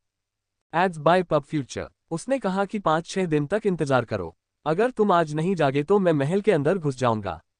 एथेना अन्य लोगों के साथ पहले से ही आपसे मिलने के लिए आ रही थी, लेकिन हमने उन्हें रोक दिया। एलेक्स ने यवोन और रिया के गुस्से भरे हाव भाव देखकर अपनी लार निगल ली, मानो उन्होंने अपने कट्टर दुश्मन के खिलाफ मौत तक लड़ने का फैसला कर लिया हो। अब तुम्हें कैसा लग रहा है? रिया ने नर्म भाव से पूछा। उसे सुरक्षित जागता देख दोनों ने राहत की सांस ली। मैं काफी तरोताजा महसूस कर रहा हूँ। हाँ, एलेक्स एक पल के लिए अपने ही शब्दों से चौंक गया। दोनों लड़कियां हैरान होकर अपनी आंखें झपकाने लगीं। उसने अपने शरीर की जांच करने की कोशिश की। किसी भी तरह की असामान्यता का कोई संकेत नहीं था और वह काफी सुखद और अद्भुत महसूस कर रहा था। मुझे ऐसा लग रहा है जैसे मेरा पुनर्जन्म हुआ है। नहीं, ऐसा लग रहा है जैसे मैंने निर्वाण प्राप्त कर लिया है। एलेक्स की बड़बड़ाहट सुनकर यवोन ने रिया का हाथ दबाया और धीरे से रिया से कुछ कहा। रिया, क्या मुझे मनोचिकित्सक के पास जाना चाहिए? मुझे लगता है कि उस बदमाश की वजह से एलेक्स का दिमाग खराब हो गया है। उसने पीठ पीछे जरूर कुछ घिनौना काम किया होगा। रिया की आंखें चौड़ी हो गईं और गहरी चिंता की भावना उसके अंदर घुस गई, जैसे ही उसने एलेक्स की आंखों में देखा कि क्या उसकी आंखें सामान्य हैं या फिर उसी स्थिति में पहुंच गई हैं जब वह मूर्ख था। आप जानते हैं, मैं आप दोनों की बातें सुन सकता हूं। मुझे कोई मानसिक क्षति नहीं हुई है, इसलिए कृपया चिंता करना बंद करें। 2 फूलों को ऐसी हालत में देखकर मेरा दिल रो रहा है। मुझे अपने आप को थोड़ा जांचने दो। एलेक्स पैरों को मोड़कर बैठ गया और मन को घुमाते हुए सोचने लगा कि क्या हो रहा है। होस्ट। हकलाती आवाज सुनकर एलेक्स का जबड़ा लगभग जमीन पर गिर गया। रोबोट जैसी आवाज जो हमेशा उदासीन रहती थी, अब ऐसे बोल रही थी जैसे उसे उसके सबसे भयानक सपने से भी परे कोई झटका लगा हो। होस्ट, कृपया अपना स्टेटस देखें और एक छोटी सी चेतावनी, देखने से पहले तैयार रहें। क्या हुआ होगा? या तो मैंने स्टेट पॉइंट खो दिए या बहुत ज्यादा स्टेट पॉइंट हासिल कर लिए। क्या हकलाने की बात से आपको बहुत आश्चर्य हुआ? होस्ट, आप जो देखने जा रहे हैं उसकी तुलना में ये कुछ भी नहीं है।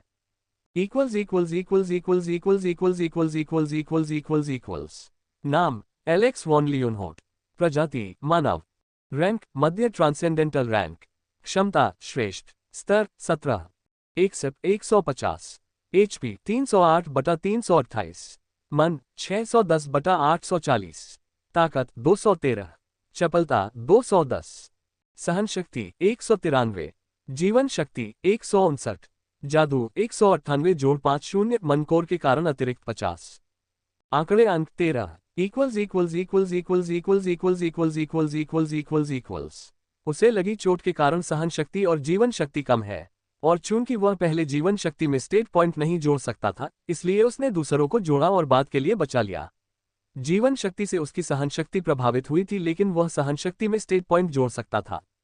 Ads bye pub future. Alex ने अपना स्टेटस खोला और उसकी आंखें तश्तरी जितनी चौड़ी हो गईं और जैसे ही वह बिस्तर से उठा, उसका मन प्रवाह बीच में ही टूट गया। एलेक्स को देखकर रिया और यवोन चौंक गईं और उन्हें लगा कि वह सचमुच पागल हो गया है। मेरी क्षमता। एलेक्स स्टेटस स्क्रीन पर लिखे हस्ताक्षर शब्दों को घूरता रहा और चीखना चाहता था, लेकिन वह इतना सदमे में था कि बोल नहीं सका। कैसे? केवल एलेक्स ही जानता था कि वह अपने होठों से शब्द कैसे निकाल पाता था। वह हमेशा अपनी कचरा क्षमता को देखकर निराश महसूस करता था। इसके बावजूद उसने सैंक्टम में उस स्तर को प्राप्त करने के लिए सैकड़ों या हजारों वर्षों तक प्रशिक्षण लिया था और अब उसके पास वह ज्ञान और अनुभव है जो उसे राक्षसों के बीच एक राक्षस बनाने के लिए पर्याप्त था। लेकिन अब जो क्षमता उसे पीछे खींच रही थी, वह श्रेष्ठतर स्तर पर पहुंच गई थी। ये कैसे संभव है? मेजबान, मुझे कुछ भी नहीं पता। सम्राट से मिलने के बाद आपकी आत्मा कांपने लगी और हिंसक रूप से अस्थिर होने लगी। ऐसा लगता है जैसे उसमें शक्ति का एक उछाल फंस गया है जो बाहर निकलने का इंतजार कर रहा है और उसे बंद करने वाली चाबी खोल दी गई है। आपने जो 5 दिन झेले हैं वह आपके शरीर द्वारा आपकी आत्मा के साथ तालमेल बिठाने के कारण हुआ है, जिसकी क्षमता आपके शरीर के साथ साथ बढ़ रही थी। चूंकि मैं आत्मा से बंधा हुआ हूं, इसलिए मैं सभी परिवर्तनों के कारण कट गया था और सोने के लिए मजबूर हो गया था। सिस्टम शब्दों ने उसे और अधिक भ्रमित कर दिया। यह महज संयोग नहीं हो सकता और उनकी बढ़ी हुई क्षमता निश्चित रूप से उनके पिता से जुड़ी हुई है। अब बात आती है कि कैसे। क्या इसका मतलब यह था कि उसके पिता दूसरों की क्षमता बढ़ा सकते थे? अगर यह संभव है तो स्थिति काफी भयावह हो सकती है और अपनी क्षमता बढ़ाकर उसने क्या उम्मीद की थी? होस्ट, मुझे लगता है कि आप गलत हैं। क्या आप भूल गए कि मैंने क्या कहा था? ऐसा लगता है कि आपकी क्षमता को किसी उच्च स्तरीय अभिशाप द्वारा बलपूर्वक दबा दिया गया था या किसी ने बंद कर दिया था जो एक दिन आपकी वृद्धि के कारण अचानक फट सकता था, लेकिन ऐसा लगता है कि सम्राट ने इसे आपके लिए खोल दिया है। Beep beep. एलेक्स ने अपनी बातचीत रोकी और क्रिस्टल की ओर देखा। यह वह क्रिस्टल था जिसका इस्तेमाल दूसरों को वीडियो कॉल करने के लिए किया जा सकता था। एलेक्स ने अपने राज्य और निजी इस्तेमाल के लिए उनमें से 100 क्रिस्टल खरीदे थे। मुझे लगता है कि यह लियोनहॉट से आया है। वे आपकी स्थिति के बारे में पूछ सकते हैं। यवोन बोली। इसे उठाएं। रिया ने पत्थर पर क्लिक किया और एक उभार प्रकट हुआ। एलेक्स। उसके कानों में 3 आवाजें गूंज उठीं। उनकी हालत देखकर वह कड़वी मुस्कान के साथ हाथ हिलाया। क्या हाल है लड़कियों? Ads bye pub future. संपर्क टॉस साइट मैप दान करें मेनू दिखाओ। उपन्यास ऑनलाइन पूरा पढ़े। उपन्यास बिन। उपन्यास मूर्ख भगवान का विवाह 5 सुंदर देवियों से हुआ 351 अध्याय 350। गुणा प्रिय पाठकों, अधिक अध्यायों के अनुवाद में हमारी टीम की सहायता के लिए यहां दान करें। URL। मूर्ख भगवान का विवाह 5 सुंदर देवियों से हुआ 351 सी 350। Ads bye pub future. अपना मजाक बंद करो और हमें बताओ कि तुम्हारे साथ क्या हुआ। कैथरीन ने सबसे पहले यह बात कही। उसे ठीक देखकर सभी ने राहत की सांस ली। 5 दिनों तक उनका मन अस्त व्यस्त रहा और वे सचमुच उसके बारे में चिंतित थे। हाँ एलेक्स, कृपया हमें जल्दी बताओ। कैथरीन भूख से मर रही थी। तुम्हारी हालत के बारे में सुनने के बाद से उसने एक निवाला भी नहीं खाया। कैथरीन ने एथेना को घूरते हुए चिल्लाया, तुम ऐसे बोल रही हो जैसे तुम्हें कोई चिंता ही नहीं है। तुम पिछले 5 दिनों से देवी से प्रार्थना कर रही हो और घंटों देवी के सामने घुटने टेक रही हो। हाँ, यह तो मेरा दैनिक कार्यक्रम था। एथेना फुसफुसाए। एलेक्स ने बोलने के लिए अपने होंठ खोले लेकिन शब्द उसके गले में ही अटक गए। वह कहना चाहता था कि वह ठीक है, लेकिन इसके बजाय उसने पूछा, और क्रिस्टीना के बारे में क्या? एलेक्स ने ये पूछने के लिए खुद को लगभग कोसा।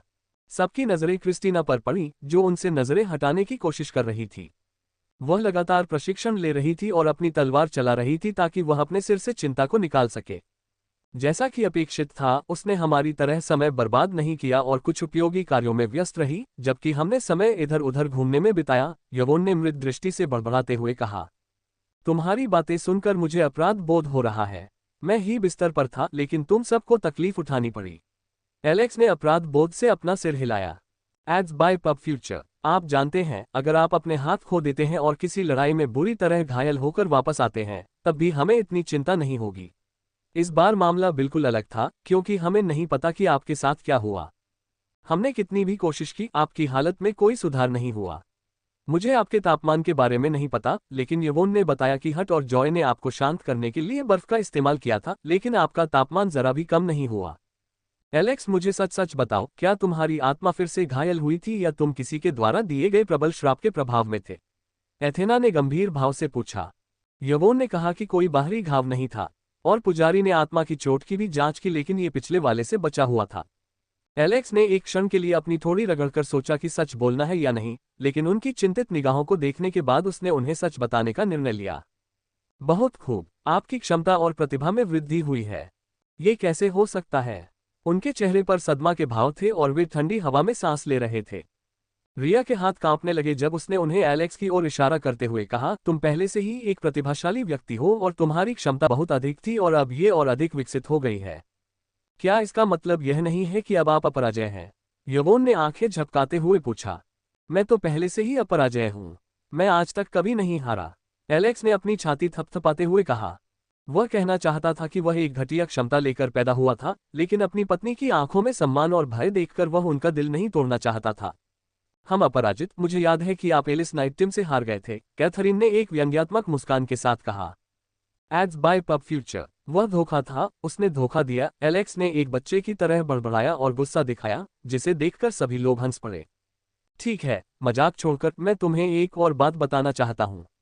एलेक्स ने घटनाक्रम का वर्णन करना शुरू किया। एथेना ने पूछा, आपको पश्चिमी मोर्चे पर नियुक्त किया गया है। जैसे ही क्रिस्टीना ने ये शब्द सुना, उसका भाव शून्य हो गया और उसकी गहरी आंखें क्रोध से जलने लगीं। कैथरीन ने भौहें सिकोड़ते हुए कहा, क्या वह स्थान शेन के अधिकार क्षेत्र में नहीं आता है? एक क्षण के लिए गहन मौन छा गया। एलेक्स, ये तुम्हारे लिए बनाया गया एक जाल है, क्रिस्टीना ने झुंझलाहट भरे स्वर में कहा।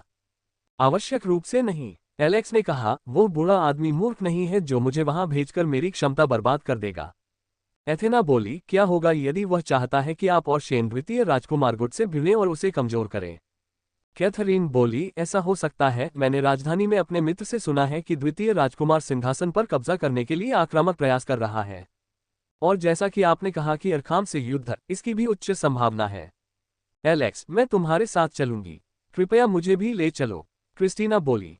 मैं तुम्हें पहले भी ले जाना चाहता था, पर अब नहीं, एलेक्स ने कड़वी मुस्कान के साथ कहा। Ads bye pub future. खुफिया जानकारी के अनुसार शेन राजधानी में आराम कर रहा है और पश्चिमी मोर्चे पर नहीं गया है। हो सकता है कि वह बेकार की चीजें करने की कोशिश न करे, लेकिन आपकी उपस्थिति उसके गुस्से को कम कर सकती है। इसके अलावा क्रिस्टीना, तुम हमेशा उसके बारे में सुनकर अपनी भावनाओं को खो देती हो, इसलिए तुम्हारे लिए यही रहना बेहतर है, एलेक्स बोला। और हमें ये भी नहीं पता कि मुझे वहां क्यों तैनात किया गया और वह बूढ़ा आदमी मुझसे क्या करवाना चाहता था। लेकिन जाने से पहले उन्होंने मुझसे खुद को साबित करने को कहा। अरखाम के युद्ध छेड़ने की संभावना काफी अधिक है, कैथरीन ने एक क्षण के लिए इस बारे में सोचते हुए कहा। क्यों? सबने पूछा। देखो, एल्वेस उतने बुरे नहीं हैं जितने दिखते हैं। एक बार जब वे विश्व वृक्ष के भ्रष्टाचार का ख्याल रखते हैं, तो वे उस क्षेत्र पर हमला करेंगे जो डार्क एल्वेस की भूमि में गिर गया है। दूसरी तरफ की सभी चीजें किनले पहले से ही उत्तरी सीमा को आगे बढ़ा रही हैं, इसलिए वे जल्द ही पीछे हट जाएंगे। इस बीच अरखाम दानवों के हमलों से कमजोर हो रहा है और जल्द ही पीछे हटते डार्क एल्वेस भी अपने नुकीले दांत दिखा सकते हैं। अभी तक कोई भी अरखाम की मदद करने को तैयार नहीं है और एक बार जब ये टूट जाएगा तो हर कोई एक पायल लेना चाहेगा। तो क्या आपको लगता है कि यह झूठ होगा? चूंकि वे नीचे जा रहे हैं, इसलिए वे किनले को नीचे लाने की कोशिश करेंगे, क्रिस्टीना ने बड़बड़ाया। मुझे लगता है कि वे एक संधि की पेशकश करने की कोशिश कर रहे हैं। हाँ, सभी ने एलेक्स की ओर देखा। क्या होगा यदि वे पश्चिमी भूमि पर कब्जा करना चाहें और किनले को मजबूर कर दे कि वे उन्हें स्वीकार कर ले और उनसे मदद मांगे?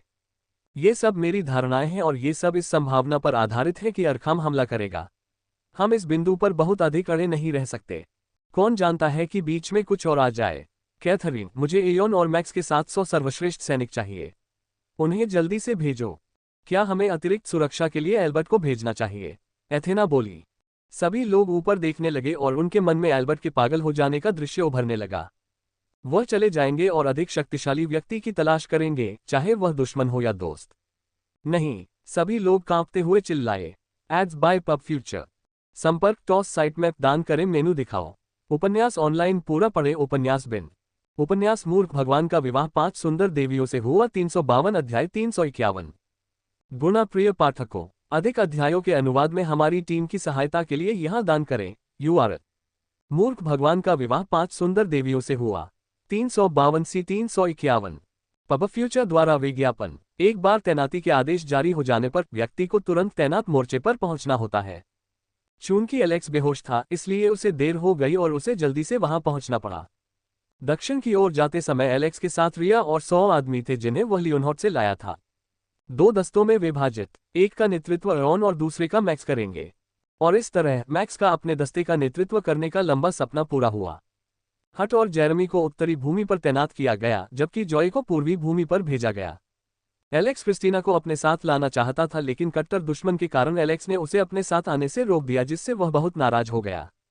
जेनेट छोड़ने के 8 दिन बाद एलेक्स अपने साथियों के साथ पश्चिमी मोर्चे के आरंभिक बिंदु पर पहुंचा।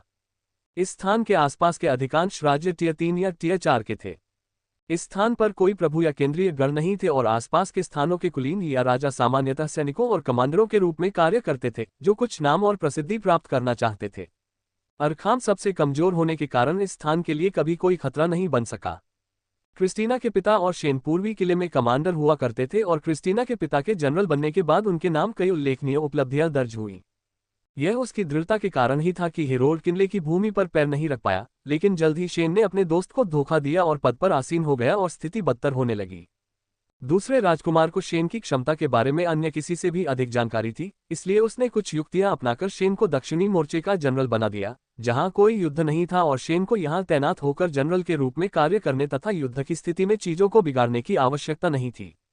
एलेक्स के लिए एकमात्र अच्छी बात यह थी कि शेन किनले में विलासिता का आनंद ले रहा था। थके हुए शरीर के साथ वे आराम करने के लिए सराय में घुस गए और एलेक्स ने उन्हें छूट दे दी। पब फ्यूचर द्वारा विज्ञापन। वे आज का आनंद ले पाते, लेकिन उससे पहले एलेक्स ने उन्हें इस जगह की जानकारी और शक्ति संरचना एकत्र करने के लिए भेज दिया। आज हम आराम करेंगे और कल सूर्योदय के समय पश्चिमी गैरिसन इकाई की ओर प्रस्थान करेंगे। सराय काफी बड़ी थी और किसी भी तरह से जर्जर नहीं थी। यह एक ऐसी जगह थी जहां रईस आराम करते थे, लेकिन एलेक्स को अपने लोगों के लिए अपनी किस्मत खर्च करने की परवाह नहीं थी। यदि कोई कुलीन व्यक्ति कोई नुक्स निकालना चाहता था तो एलेक्स उस मित्र का खुले दिल से स्वागत करता था, क्योंकि यह गपशप करने का एक अच्छा तरीका था। जब सभी लोग तितर बितर हो गए, रिया एलेक्स के पास बैठ गई और फुसफुसाते हुए बोली, एलेक्स, क्या तुम्हें लगता है कि हम पर हमला होगा? मुझे अभी तक कोई ऐसा व्यक्ति नहीं मिला जो हम पर नजर रखे, लेकिन यहाँ से स्थिति अलग होगी। शेन धीरे धीरे हम पर दबाव डालना शुरू कर देगा। चूंकि यह जगह शांतिपूर्ण है और उसके पास अपना ध्यान भटकाने के लिए कुछ भी नहीं है, इसलिए वह निश्चित रूप से हम पर नजर रखेगा। एलेक्स ने कुछ सोचने के लिए अपनी आंखें बंद कर ली, तभी उसने सामने से जोर से चिल्लाने और चीखने की आवाजें सुनी। धप क्वांग। एलेक्स को सामने से एक सुअर के चीखने और चिल्लाने की आवाज सुनाई दी। क्या तुम अंधे हो, कमीने? क्या तुम नहीं जानते कि मैं कौन हूँ? मैं मेलोब हूँ। मैं नेब्रास्का राज्य का प्रथम राजकुमार हूँ। तुम ये कैसे कह सकते हो कि अब कोई जगह खाली नहीं है? मेरे लिए कमरे बनाओ और इन किसानों को यहाँ से बाहर निकालो। क्या तुम सोचते हो कि मेरे जैसा कुलीन व्यक्ति इनके साथ रह सकता है? सबको बाहर निकालो। लेकिन प्रभु, चुप रहो और उन्हें बाहर निकाल दो, अन्यथा मेरे लोग उन्हें बाहर निकाल देंगे। स्थिति बिल्कुल स्पष्ट थी। एलेक्स के आदमियों के यहाँ रहने के कारण जगह भरी हुई थी और अन्य रईस सराय को किराए पर लेने में सक्षम नहीं थे। जैसे ही उसने देखा कि एलेक्स के आदमी किसानों जैसे दिख रहे हैं, उसने हंगामा मचाना शुरू कर दिया। महाराज, उसने आपको किसान कहा। रॉयल ने खुद को पत्नी मोड से सुपर हत्यारे नौकरानी मोड में बदल दिया और एक विशैली नजर से बोली, हे प्रभु, क्या आप चाहते हैं कि मैं उसका सिर काट दूं? एलेक्स की अस्वीकृति देखकर रिया ने विनती भरी निगाहों से कहा, या तो मैं उसका अंत काट दूं या फिर उसकी गंदी जीभ काट दूं।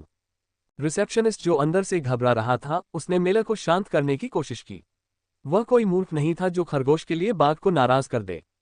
मैक्स, जो विस्फोट के कगार पर था, को एलेक्स ने रोक दिया, जो एक भूत की तरह मेले के पीछे प्रकट हुआ। मेले के चारों ओर खड़े सुरक्षाकर्मी उस अज्ञात व्यक्ति को देखकर स्तब्ध रह गए, जो अचानक कहीं से प्रकट हो गया था, और वे कोई प्रतिक्रिया भी नहीं कर पाए। मेले ने अपने कंधे पर एक हल्की थपकी महसूस की और अपनी उंगली हिलाई। अरे, देरी मुझे परेशान नहीं करती। आज मैं इस कमीने को बता दूंगा कि वे किसके साथ खिलवाड़ कर रहे हैं।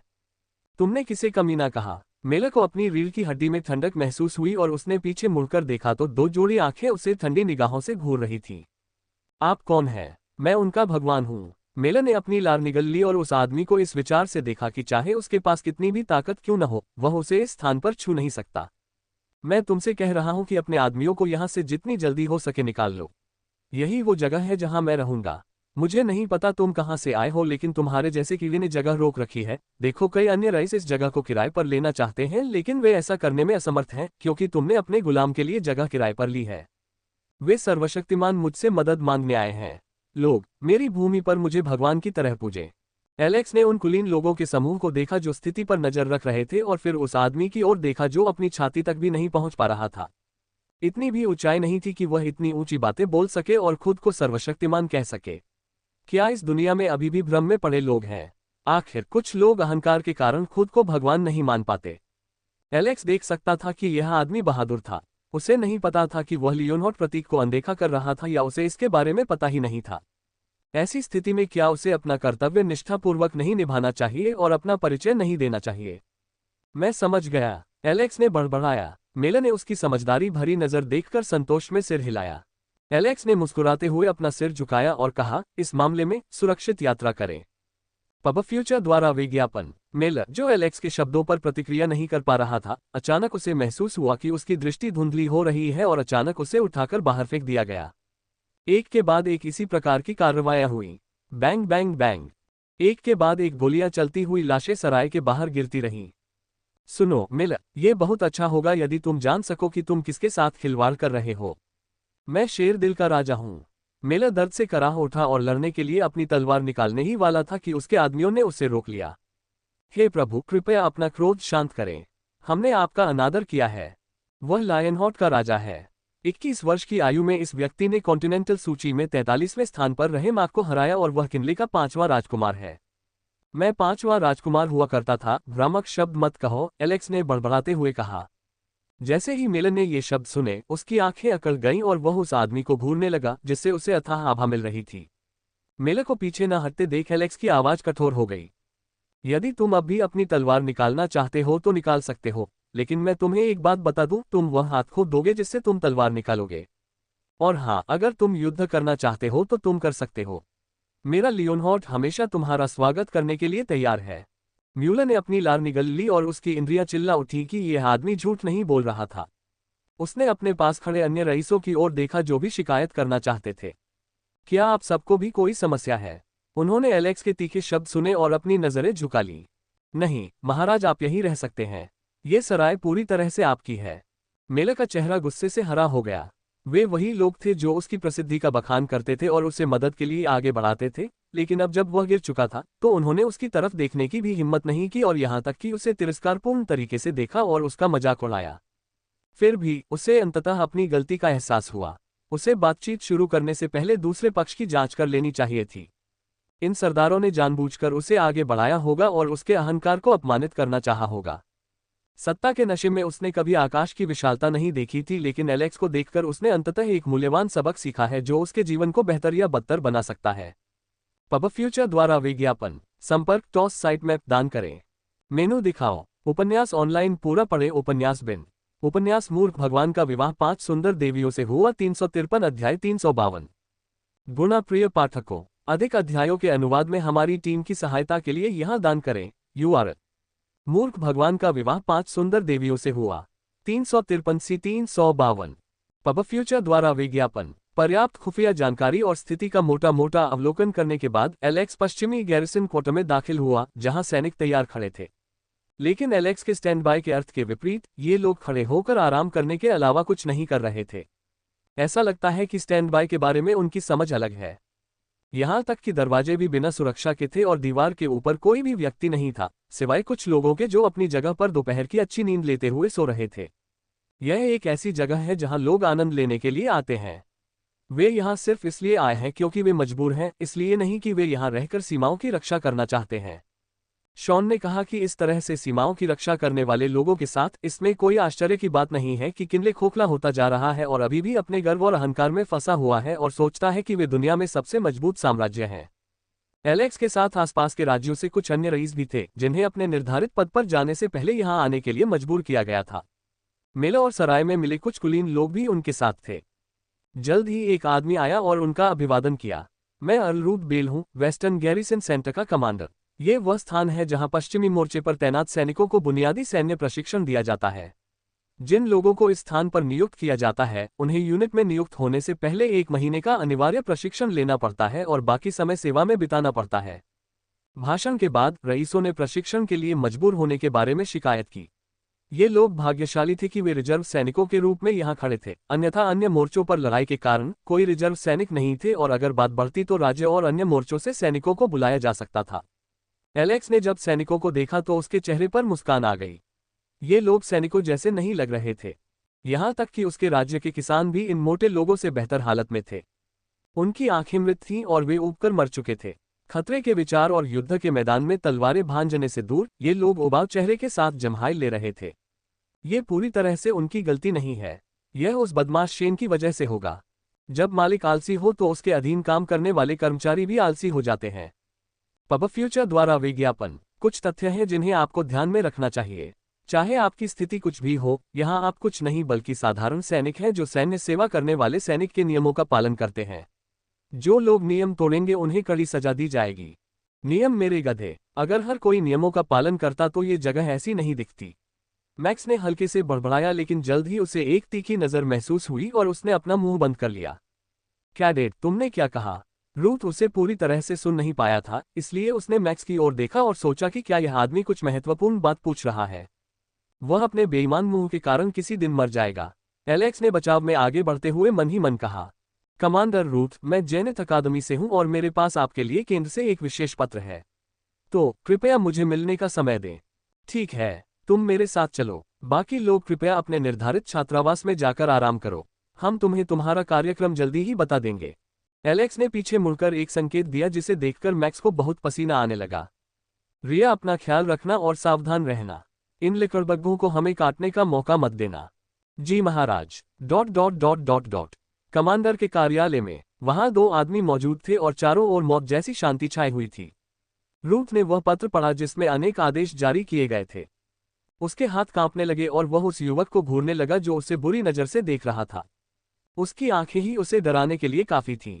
वह 42 वर्ष की आयु में ट्रांसेंडेंट रैंक प्राप्त कर चुके थे और यहाँ कमांडर बन गए थे, लेकिन यह आदमी पहले से ही उनके जैसा ही वास्तविक नमूना था।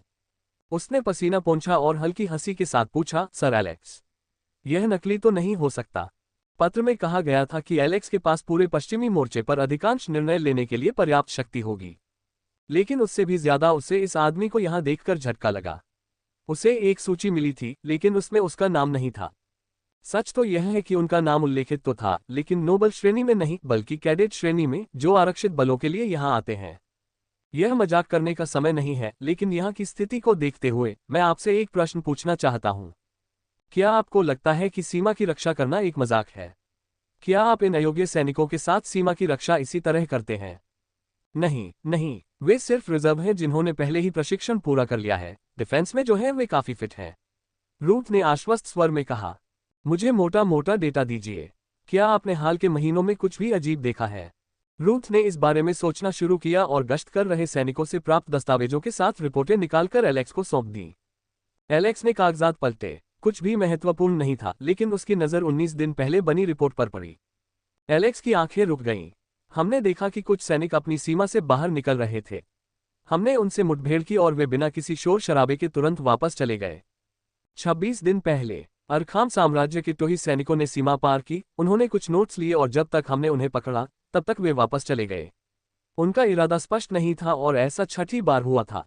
वहां युद्ध के कोई ठोस संकेत नहीं थे, लेकिन सैनिक बाहर आए और भूमि का निरीक्षण किया। इससे युद्ध की संभावना तो नहीं बढ़ी, लेकिन कम से कम इतना तो सतर्क करने के लिए पर्याप्त था।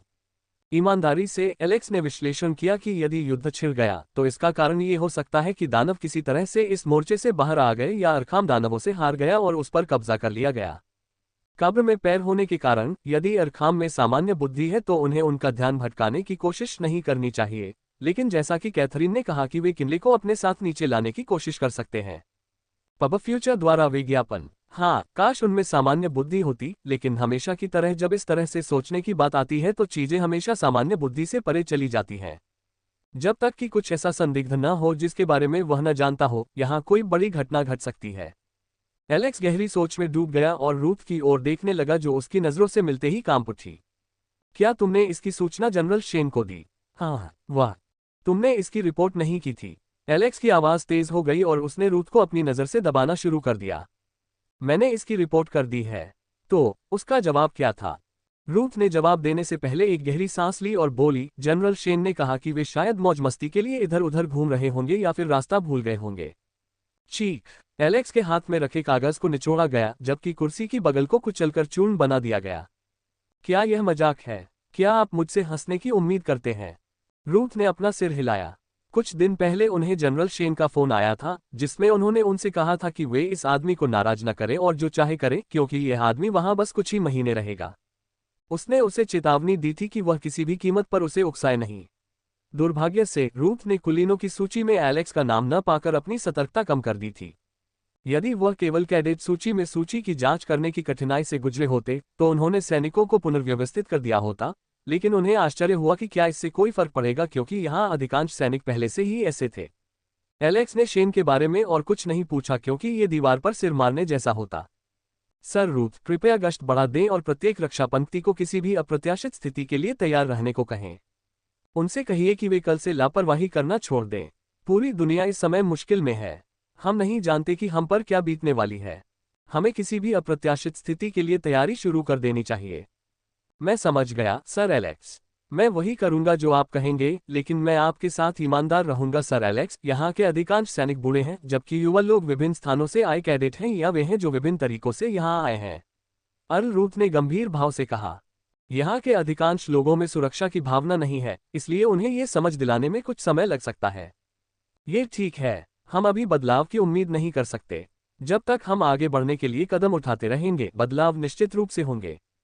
यद्यपि एलेक्स ने ये कहा, लेकिन वह जानता था कि परिवर्तनों को पूरी तरह से लागू करने के लिए उनके पास समय नहीं होगा।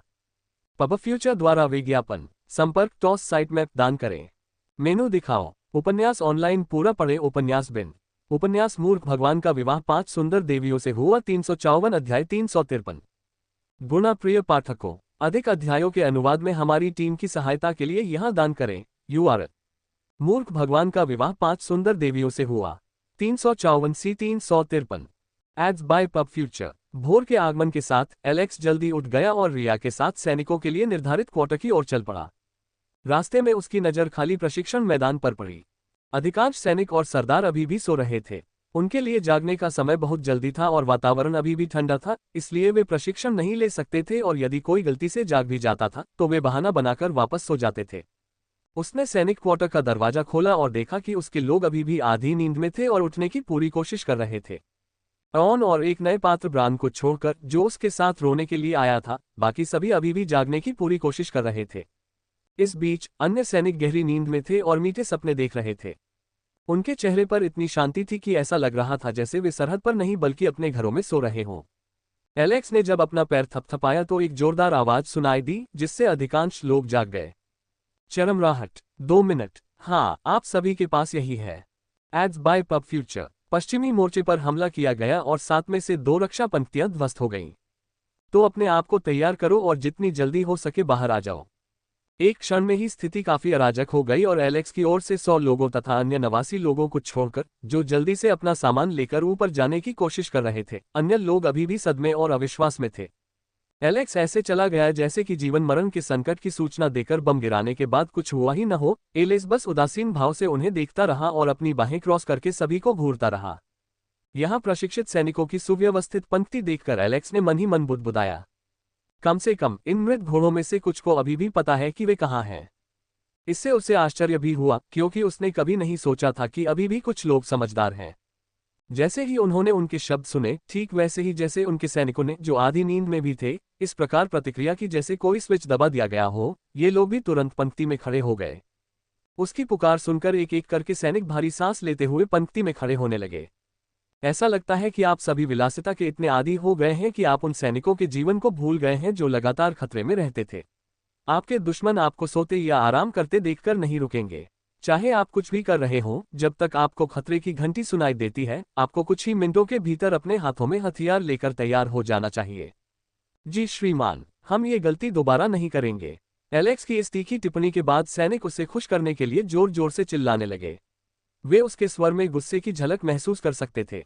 एलेक्स ने 89 सैनिकों को देखा जो उसके सैनिकों की तरह ही अनुशासित लग रहे थे और कहा, आप सभी मेरे सैनिक के प्रशिक्षण कार्यक्रम का पालन करेंगे। पब फ्यूचर द्वारा विज्ञापन। हम एक अलग तरह का प्रशिक्षण लेंगे। यदि आप में से किसी को इसमें रुचि है तो आप इसमें शामिल होने के लिए स्वतंत्र हैं। एलेक्स बोला और रिया के साथ मैदान की ओर चल पड़ा, जो सैनिक के चेहरे पर मुस्कान देखकर खुश थी।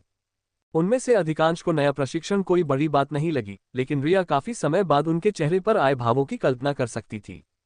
पश्चिमी गैरिसन प्रशिक्षण क्षेत्र उनके लोगों के लिए एक खेल का मैदान और अवकाश स्थल प्रतीत होता था, लेकिन चूंकि वे यहाँ हैं, इसलिए यदि आवश्यक हो तो वे इस खेल के मैदान को नरक की अग्नि भूमि में बदलने में कोई आपत्ति नहीं करते। एलेक्स और उसके सैनिक प्रशिक्षण ने तेज आवाज से रईस को जगा दिया। यद्यपि वे थोड़ा बहुत बड़बड़ाए, लेकिन उनके पास बातचीत करने के अलावा कोई विकल्प नहीं था। एलेक्स को नाराज करना गुफा खोदने जैसा था, इसलिए या तो आप अंदर बंद रहें या बाहर निकल जाएं। उस स्थान के प्रशिक्षक जॉनसन ने यह दृश्य देखा और दुख व्यक्त किया। यह एक विपत्ति है। जॉनसन ने हार मानकर जमीन पर लेटे हुए रईसों को देखा। उनके बारे में सब कुछ गड़बड़ था, मुद्रा से लेकर संतुलन और रुख तक। अन्य मोर्चों के विपरीत इस क्षेत्र में युद्ध के बारे में जागरूकता बिल्कुल शून्य थी और यहां आने वाले अधिकांश लोग युद्ध में भाग लेने के लिए तैयार नहीं थे, बल्कि व्यर्थ ही इधर उधर घूमते हुए समय बिताते थे। कैडेट के रूप में आए अधिकांश कुलीन लोग अकादमी से थे और उन्हें अपने स्वैच्छिक सैन्य काल को सुरक्षित रूप से पूरा करने के लिए अपने घरों से प्राप्त संबंधों के कारण यहां रखा गया था। कम से कम उनमें से कुछ तो अभी भी अच्छे लोग थे, लेकिन इस बार ज्यादातर रईस केंद्र द्वारा नियुक्त पड़ोसी राज्यों से आए थे। ये लोग शांति के कारण आत्मसंतुष्ट हो गए हैं और उनके पास कोई अच्छी नींव नहीं है। परिणामस्वरूप प्रशिक्षण अव्यवस्थित हो गया। Ads bye pub future. उन्होंने रईसों और उनके साथ आए सैनिकों को देखा। 1 महीने का प्रशिक्षण कार्यक्रम बुनियादी शारीरिक प्रशिक्षण के साथ काफी अच्छी तरह से योजनाबद्ध था, लेकिन ये सब निरर्थक था अगर सैनिक जो लड़ाकू थे वे इस तरह के बुनियादी पाठ्यक्रम से भी नहीं गुजर सकते।